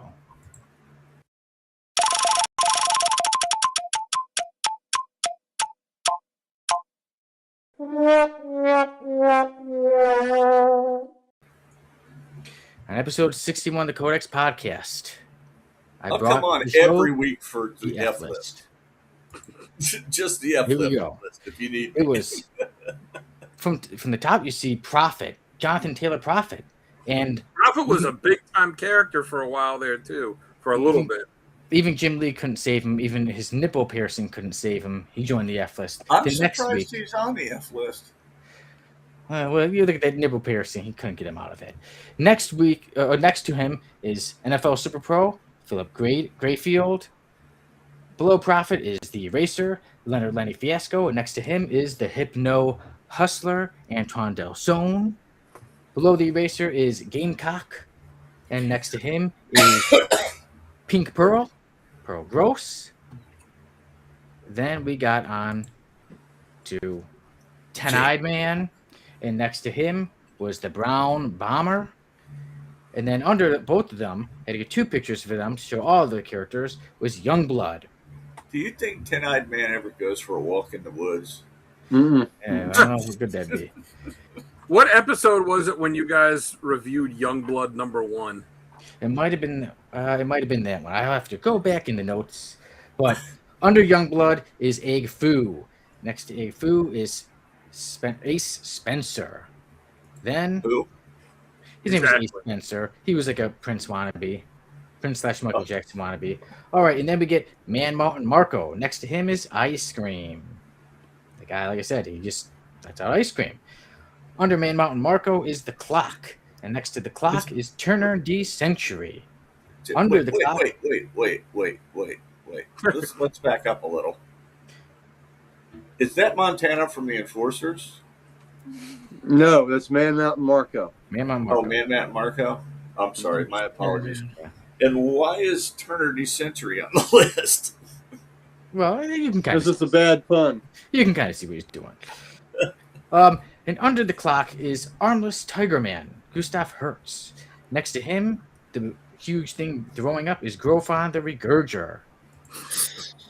Then on top, tripping onto the F list, is the Monarch of Menace. The two pictures under him are the Kahneman King, who was the one character we said could possibly have a good comic book if made about him.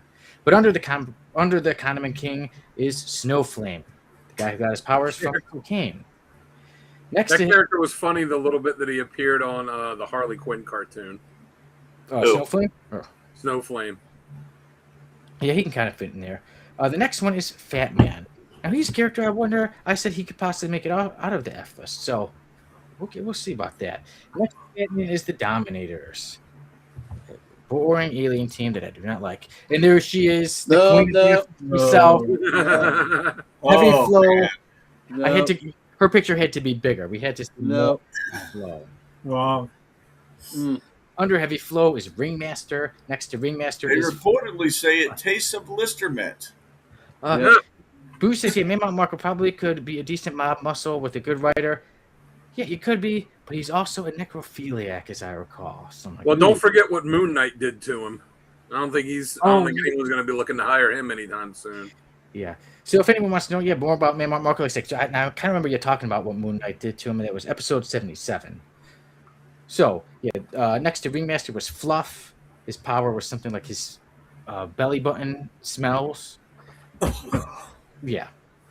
Under Ringmaster is Humbug. Next to Humbug is Dr. Bong. And next to Dr. Bong is Hindsight Lad. I think I suggested Hindsight Lad to you. Yes, you did, Dan. You were the one who sent it to me, and then there he is. So I was like, hey, I have this lame-ass character from New Warriors. And there he was. Oh. And then we get on to this one, Critical Mass. Next to Critical Mass is Ruby Thursday. Under Critical Mass is Hellcow. And next to him is Ruckus. And then under Hellcow is classic. Maybe one day we'll have to make the argument. There's always a chance to get out. But under Hellcow is the one character who was on the F list, Shamrock, in episode 102, but she was redeemed in episode 146. Good on her.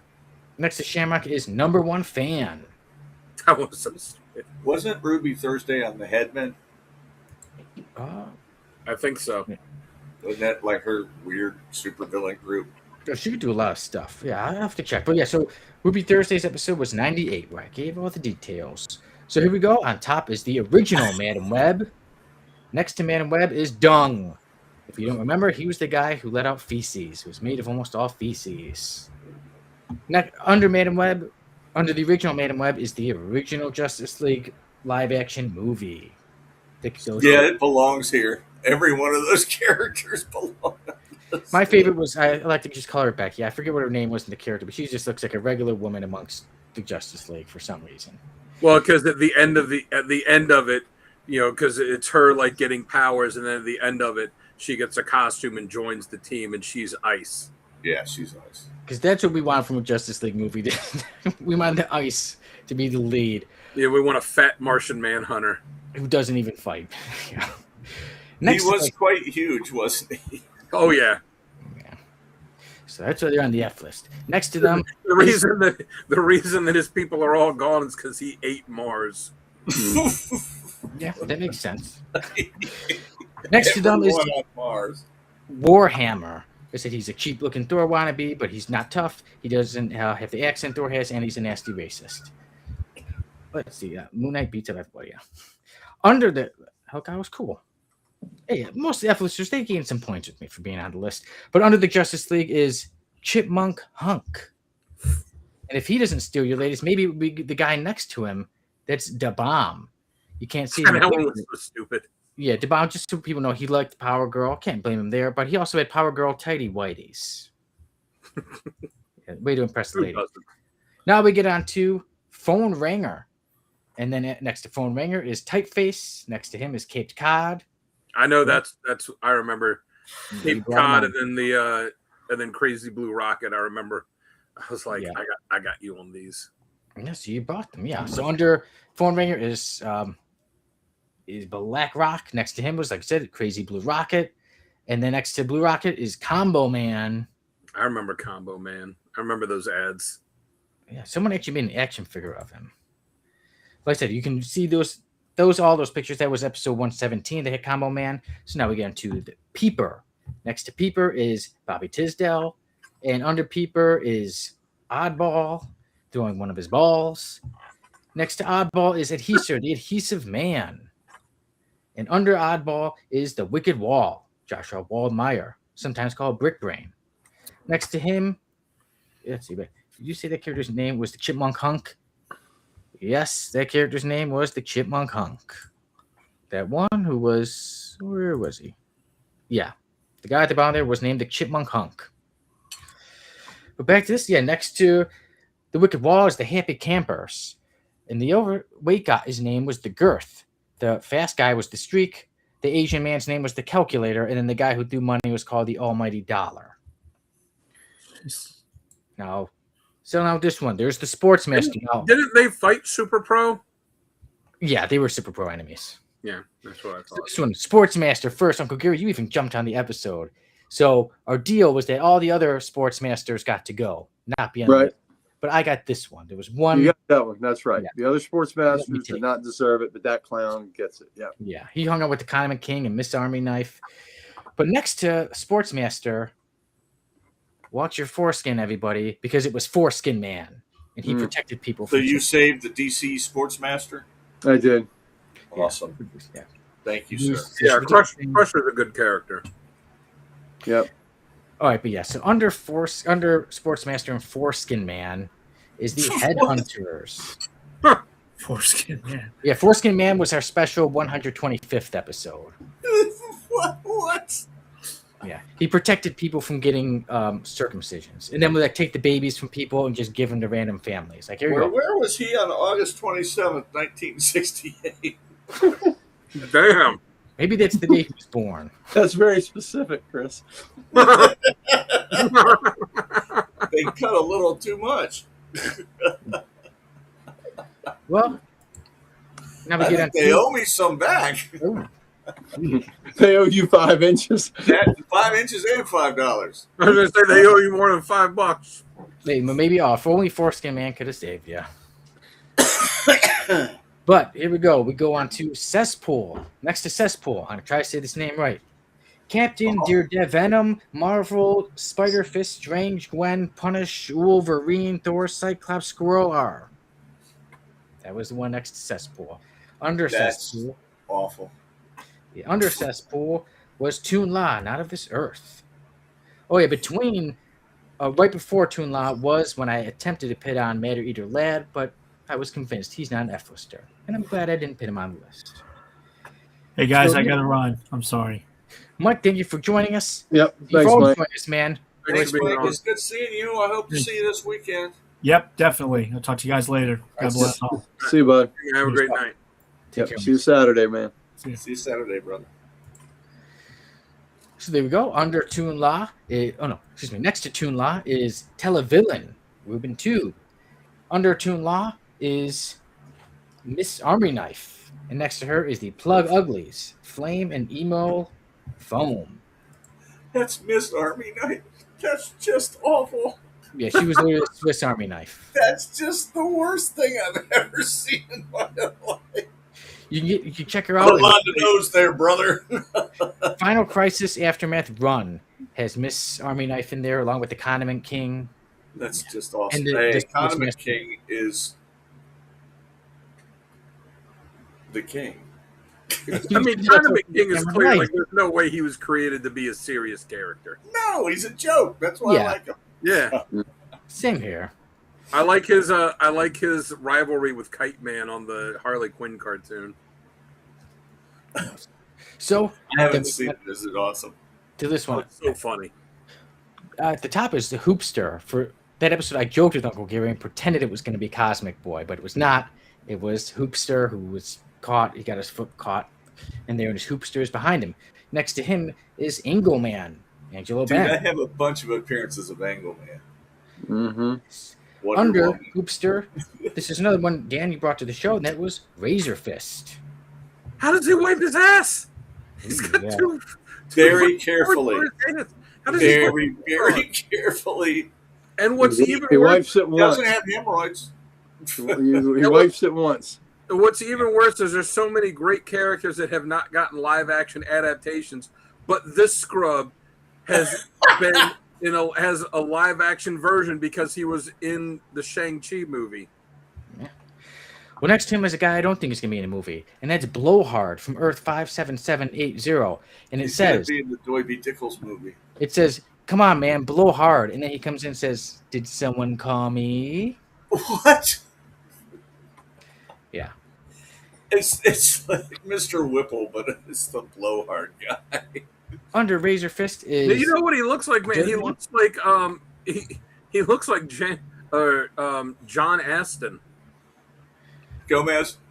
Yeah, he looks like John Aston when he played Gomez Adams. Yeah, I see it, but he's certainly not good enough. He just literally went around blowing things. And I'll move on. Yeah, no king shaming. Yeah, no king shaming. I bet he'd be fun with a, fun to hang out with on a weekend with a, your little 8-ball, bottle of whiskey, have him hanging out with you, handful of Vicodin. Yeah. I'll pass on hanging with him. But Dan, he might like you because he did. There's a part in the comic where he ate a whole bunch of hamburgers. So with that crown on your head, he might be like, Who's this sexy thing on the right hand down there stomping out the thing? So under Razor Fist is Dirtnap, and next to Dirtnap is Goody Two Shoes. Oh. Eventually, he was beaten with a flick by the thing. Wasn't Dirtnap? Wasn't that the one where it was a guy that was turned into a rat? Yeah, Dirtnap was. Yeah. Hey, go back and forth again and look at Goody Two Shoes, how he turns into a naked dude. Oh.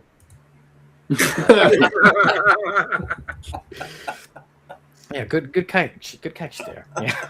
Looks like he's suddenly ripping his clothes off as his hands go up. But at the top here. At the top is Smash, who was clearly a Hulk copy, just made purple. And then Mater Smash gets bigger Smash gets. Next to him was Sanction Marco Sanzinar, who fought NFL Super Pro. Under Smash is the Punisher, Desmond Klein. Next to him is the Penny Plunderer, Joe Coyne. Under Desmond Klein is the Spinner, Swami Yamar. And next, the guy who was showering is Bartholomew J. Troll. Youngblood. Hold on, go back again. This guy looks like Gomez as well. Yeah, I was thinking that too. Yeah. They need to leave Gomez alone. I sense a pattern here. Let's see what's the next one. Weird Da Vinci Code pattern. At the top is Blood Wolf. Blood Wolf. Drago Blood. He's like, eat dirt and die, you filthy maggot. Something, yeah. So edgy. Next to him is an even edgier character, Funny Bunny. And next to Blood Wolf, under Blood Wolf. So over the top. He's extreme. Under Blood Wolf. Guess who created Blood Wolf? We already know. Who?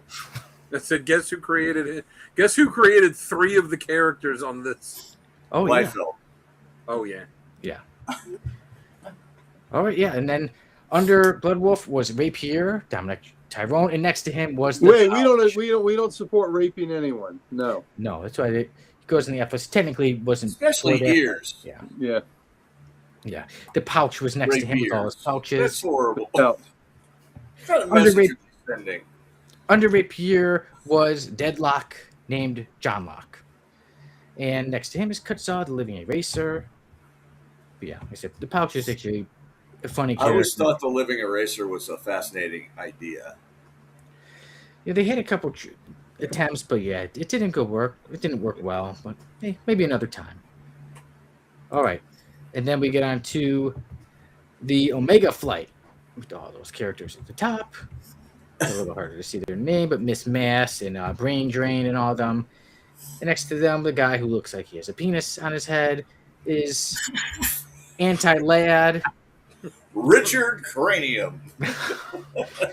Anti-Lad. You should have seen how he fight and he did moves. Yeah. What's up with that? He was a Legion. He was a There's a Legion. Legion. That's There's a the Legion stuff issue. Aunt May found. There's a That's Legion the issue. She found him. Under Omega Flight. He has a fun weekend with the blower. Mm-hmm. Blow hard. You mean blow hard.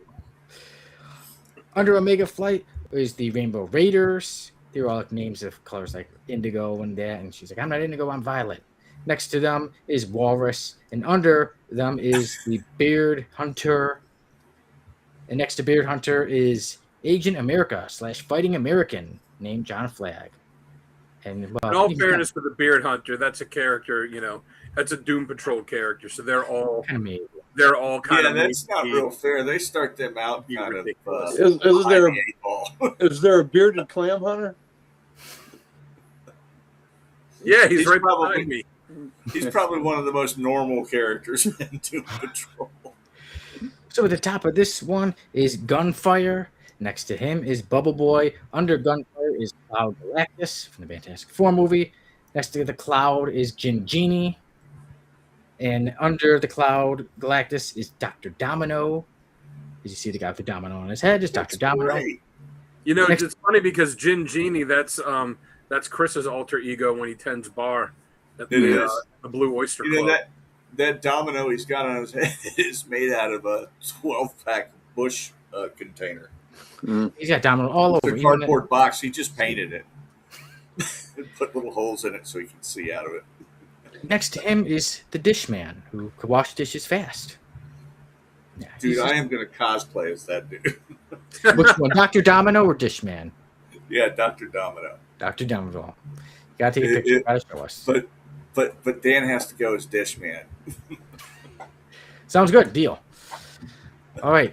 Next is Black Mass, named Joffrey Thibodeau. Next to him is Red Shirt, who's wearing a red shirt. Under Black Mass is Throb. Throb's name is Transhuman. Throb? Throb, yeah. Because the T in his trans. sister Moist. The T in trans, the H in human, and the ROB in robot. Throb. That's one of the worst things the Black Panther has unleashed upon the world is Throb. Next to Throb, we had a team of Sardine and the Human Flying Fish. Under I'll Throb, bet I'm almost as good as Aquaman. Yes, that is what the Human Flying Fish said. It's excellent. Under Throb is Greenback. Next to Greenback is another Eric Larson character. That is Backfire. What's his name? Backfire. And, you can see what he's doing behind. Well, and again, the Eric Larson ones are all, created to be ridiculous as well. And well, speaking of some characters, some of my favorite F-listers are at the top. Carface, the guy who's a car with like a chain on and everything. I was on that episode. That one was stupid as shit. Like he's wearing a bra. And next to him is Codpiece. Like I said, no king. Look what Codpiece can do. That's a little. I mean, come on. He was shooting out rockets, huge fists. I'm all that is man. Yeah, they laughed at his manhood, and then he did that. He talks. He talks like Jesse the Bot in the Predator. He's like, I ain't got time to bleed. No, with that quote, he sounds like he talks like Jay Chandigarkar in Super Troopers after he's done chugging the syrup.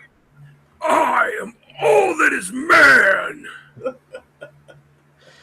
And let's see some of the comments. It's a great movie. I see. Scratch your eyes out. Doom Patrol characters, yeah. Oh yeah, I haven't been keeping up with the chat. My bad. And I'm this. keeping on loud. See, there was of Chicago. Scratch your eyes out. Quite a few guys. These people are nuts.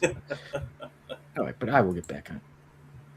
So, okay, under Carface was the original person who was going to be the 100th character. That was Candyman.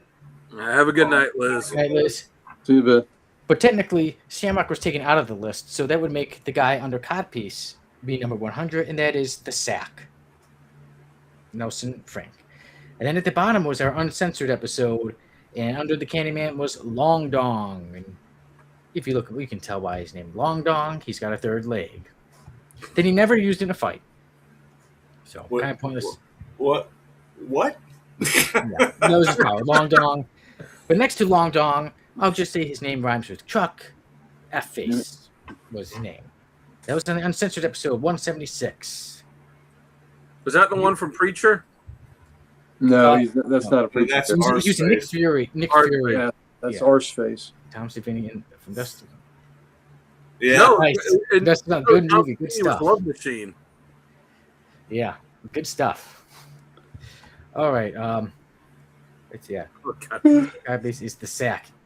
It's just the way it fell. Yeah. That's too funny. It's just the way it fell. Yeah. And then it destroyed F-Face's Da Vinci face. type shit going on. Da Vinci Code type shit going on. Mm-hmm. And F-Face wasn't just ugly; he was nasty too. He was bad.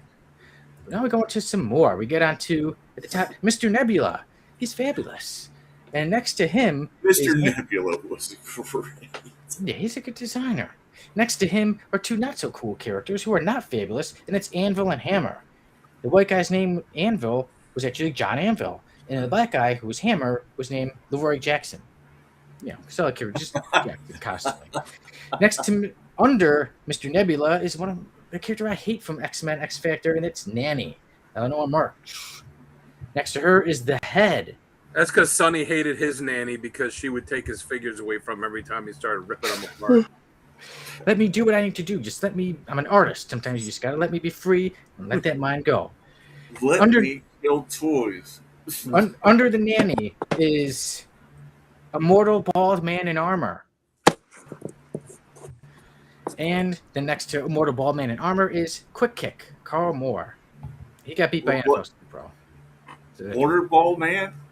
Immortal Bald Man in Armor. Oh, Mortal Bald Man in Armor. Yeah, full name. Okay. After that, yeah. We got to Freezer Burn, Jack Croft. Next to him was Spellcheck, name Benjamin Pancake. I don't know why they gave him that name. What's his name? Spellcheck is his character name, but his actual name is Benjamin Pancake. Was he made by Microsoft? No. Next to me, Can you download him and he'll show up like that little wired little paperclip used to, and he'll tell you how to do stuff? We had the character Typeface on here, and Spellcheck actually tried to be a member. Typeface didn't even want to hang out with Spellcheck. That's a crazy character name. What? Under Freezer Burn is Brickbat. Next to him is Stone Boy. And under Brickbat is Spectrum, whose actual name was Joe Biden. Let's see. Serious artist that paints with the blood of superhero action figures. Wrong. He paints with the melted plastic. Moving on. Under Brickbat is Spectrum, like I said, who's given the name Joe Biden. I don't know how that got through in Marvel. Next to that is Elf with a Gun. Wasn't he just an elf, like a short guy with a gun? Yeah, I don't know why they named Elf with a Gun. Wasn't Brickbat just a guy that wore a bat mask and threw bricks? He threw, like I said, bat mask, threw bricks and robbed people. But he looked Brickbat, yeah. It's just totally weird. We're almost at the end. At the top is Ringer / Strikeback. And then next to Ringer is another version of Ringer, which Spider-Man said, even in this dimension, Ringer still sucks. So two versions of Ringer. Under the man Ringer was Egghead, DC's Egghead, and Edgar Head. And next to Edgar Head is, who I think is one of the worst, Bloodfire, Brian Reese. If you can't tell, that's from his comic, Bloodfire for God and Country. Egghead was excellently played by Vincent Price on Batman 66. Yeah. But the guy is such a stupid 90s character. It's a shame to see him on this list. But we got the comic version. But Bloodfire, yeah, just so if you don't know about Bloodfire, he was basically given a super serum like Captain America, but on top of it, gave him HIV. And then the story never focused on HIV, never raised any awareness, it just gave it to him. It sounds like it's like if you watch the movie The Room, where the one character where her mother is sitting there talking with her and she goes, "Yup, it's true. The doctor told me I have cancer," and just does it so nonchalantly, and then it's never brought up again in the rest of the movie. Awesome comparison, Dan. In the meantime, you know what? Well, While it we is get The to that, Room. not done yet, but let me pull something up since you mentioned it. It's one of the random panels that we did have. Speaking of room, and that was this one I'm going to show you right now. This random panel was quite a while ago, but it was this one. And it was when Captain Marvel wanted to watch a movie. She said, no, I wanted Room with Brie Larson, not The Room. Side note, you know this guy's an alien, right? He's a wanted criminal. The Guardians have been looking for him for years. So there you go, for a little bit of The Room. Like I said, so back to the F-list. Bloodfire, I looked it up because I couldn't remember, ran for 14 issues, had a crossover with some other character named Helena that was one issue, and then had a one-issue Bloodfire Forgotten Country that came out in 2023, but had a 14 issues in 93, and then the one-shot crossover in 95. Yeah. Wow. Bloodfire, that was in episode 193 of the Codex podcast. Yeah, it said Egghead's on the list. Well, maybe we'll have to revisit sometime. Because maybe some might say he's an excellent character. But now we move on to more of the last one. Bloodseed, who is naked holding that big wrench. Next to Bloodseed is Mother Mayhem. Under Bloodseed is Ill Billy, real name William Williams, the mutant yodeling human beatbox. And next to Ill Billy is Ulysses Klorb. You see the ear? Yeah. Under Ill Billy is Sprocket Man, and next to Sprocket Man, I was there for that one. The last one to join the F list in celebration of Pride Month, Grinder. Blue Basket. And everyone, that is all of the F listers. We've gone through them all. Wow, that's a lot of F listers. That's a lot, man. I got to pick those kids up in 1 hour, take them to school in the morning. Jesus Christ. There's been a lot, and there are plenty more to come. You said Bloodfire sounds like the name of a Taco Bell hot sauce. It's good. I think that's a good marketing there, Boosh. Oh, very good. Anybody, any F listers you wanted to chat about a little bit more? I know it's been a while. We've gone through the list. No. I think we covered them all. We covered them all good. Like I said, I got to get ready to drive that bus. Can we go back through them? So before we jump off, sorry, put that up there. On accident. Bloodfire. Okay. Last thing is our topic of the week. 5 years of Codex. Who would like to go first? I've been doing a lot of talking, so who would like to go first? And 5 minutes, and 5 years of Codex. Well, I wasn't here in the beginning, but it was a great team to jump on with. I appreciate people that came first. I appreciate Jamie.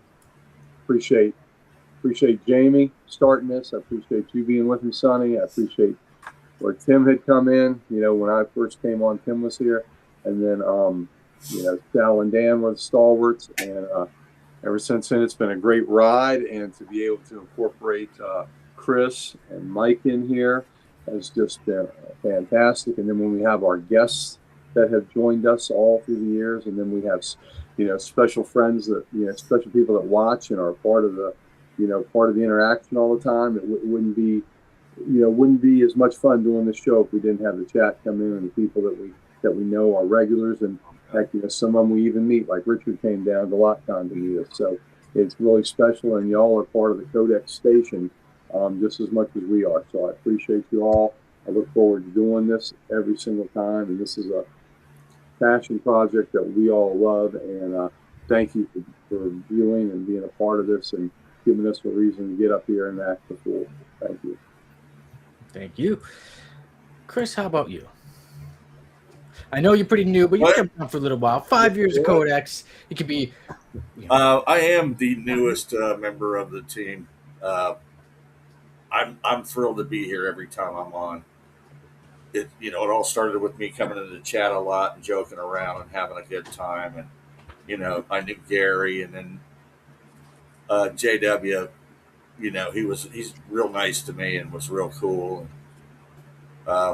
Invited me onto a few shows, and then that turned into something more regular, and it allowed him to step back, and I feel valued. Gary and Dan and Sal are they're like brothers to me. They're fun to hang out with, and Sonny. Thank you. My God, you crack me up every time I'm on your show, and the F list is the best thing ever. ever, ever, ever. And the fans are awesome. They really are.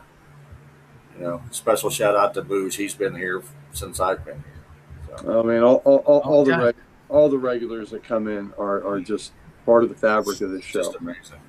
Yeah. All right, Dan, how about you? Yeah, you know, it's fun being able to come on here and just pontificate about comics and stuff because, you know, we all, you know, we go to the shop and you get to chat, you know, sometimes you get to chat with people there, sometimes you don't, but it's fun getting to come on here with, you know, with friends and, you know, guys that I didn't know before this and, you know, become great friends with and, you know, we'll just talk comics and, you know, anybody that's watched these shows enough sees that we go off on tangents frequently and, you know, and about all kinds of stuff, comic related and non-comic related. And, you know, before the shows start and after they're over, we're always, you know, talking with each other about comic stuff, life stuff. And, you know, it's just great, you know, being able to come on here. And yeah, and Booge, you know, the way Booge came on here is because I had there's a Facebook page I'm on called Team No Head in the Oven, and there's this hardcore band I'm a huge fan of called Blood for Blood, and the, you know, one of the singers and the guitar player and, you know, songwriter for him, this guy named Rob, used to have this thing called the Nodcast where he had a thing that he did on YouTube, and, you know, he would kind of talk about the band, talk about other stuff, but, you know, he would talk about overcoming his addictions and life stuff. And, you know, he kind of, you know, the people that coalesced around him, they kind of called it he would say Team No Head in the Oven. And then they, you know, someone started the Facebook page for it.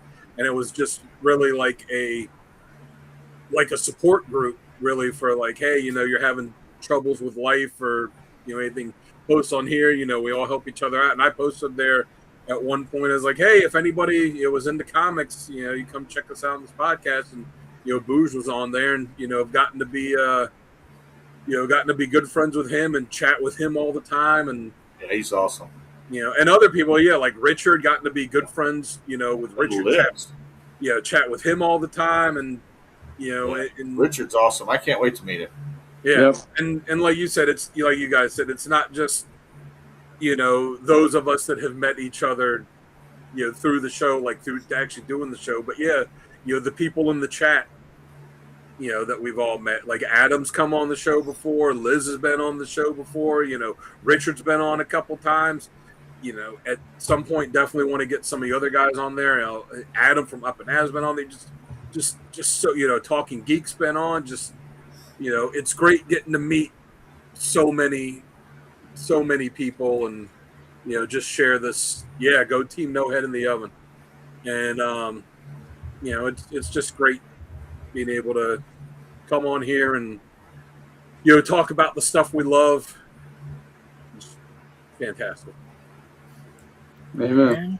You know, and as much as we might tease each other and stuff, we all do, you know, it's all done out of love. We all love each other. So everyone had 5 some years more ago. than others. So, yeah, I'm waiting to hear, you know, you welcome everybody, but thank you all. Thank you, my co-hosts, those who were on before, those who are on right now. Thank you to the fans. Thank you all for joining us. You know, whether you comment, you know, we have some who comment, like I said, every episode, some who may watch but more quiet. Thank you to everyone. You know, I thank God that I live this life that I love and enjoy, and that I have friends and family. And one thing, you know, was start off with 2 friends, say, okay, let's go down here, talk about comic books.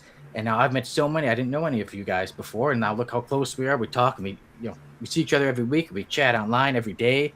And, you know, to find all these other people who share this common interest with me. And that's our love of comic books. And then we've got to talk about other things as well. And like I said, yeah, we have fun, we joke, it's all in good fun. I love to come out here every week. And I think my wife, who is good with me doing a show every week and doesn't say, get out of the house, you lazy bum, quit talking about comic books and get a regular person job. She allows me to do this thing I love.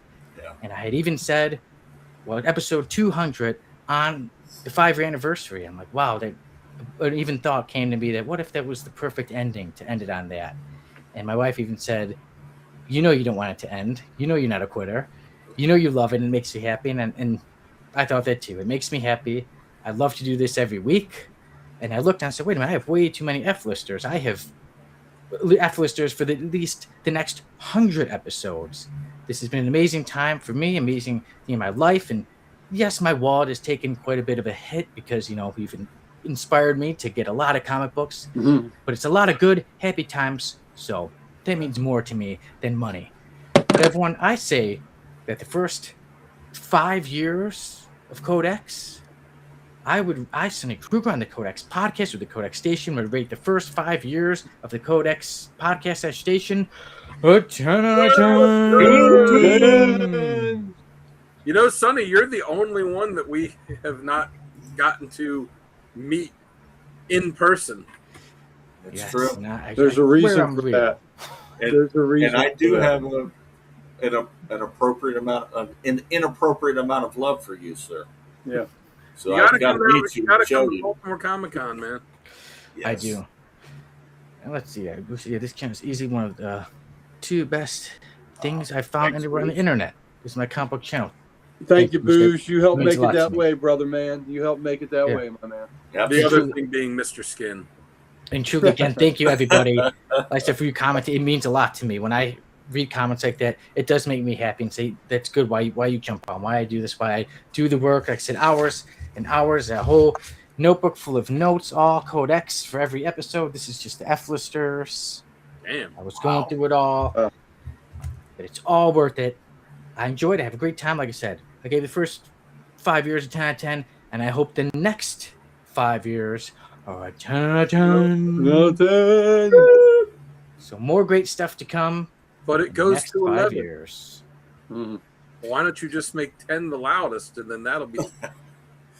But this one goes to 11. I got a shirt of that. Maybe I'll have to wear it. But everybody, thank you for joining us for 5 years, or whether it's 5 years, 5 weeks, 4 years. Thank you for joining us. Even if you're one of the millions watching us in the future, I hope you all have a great time. Thank you, Booze.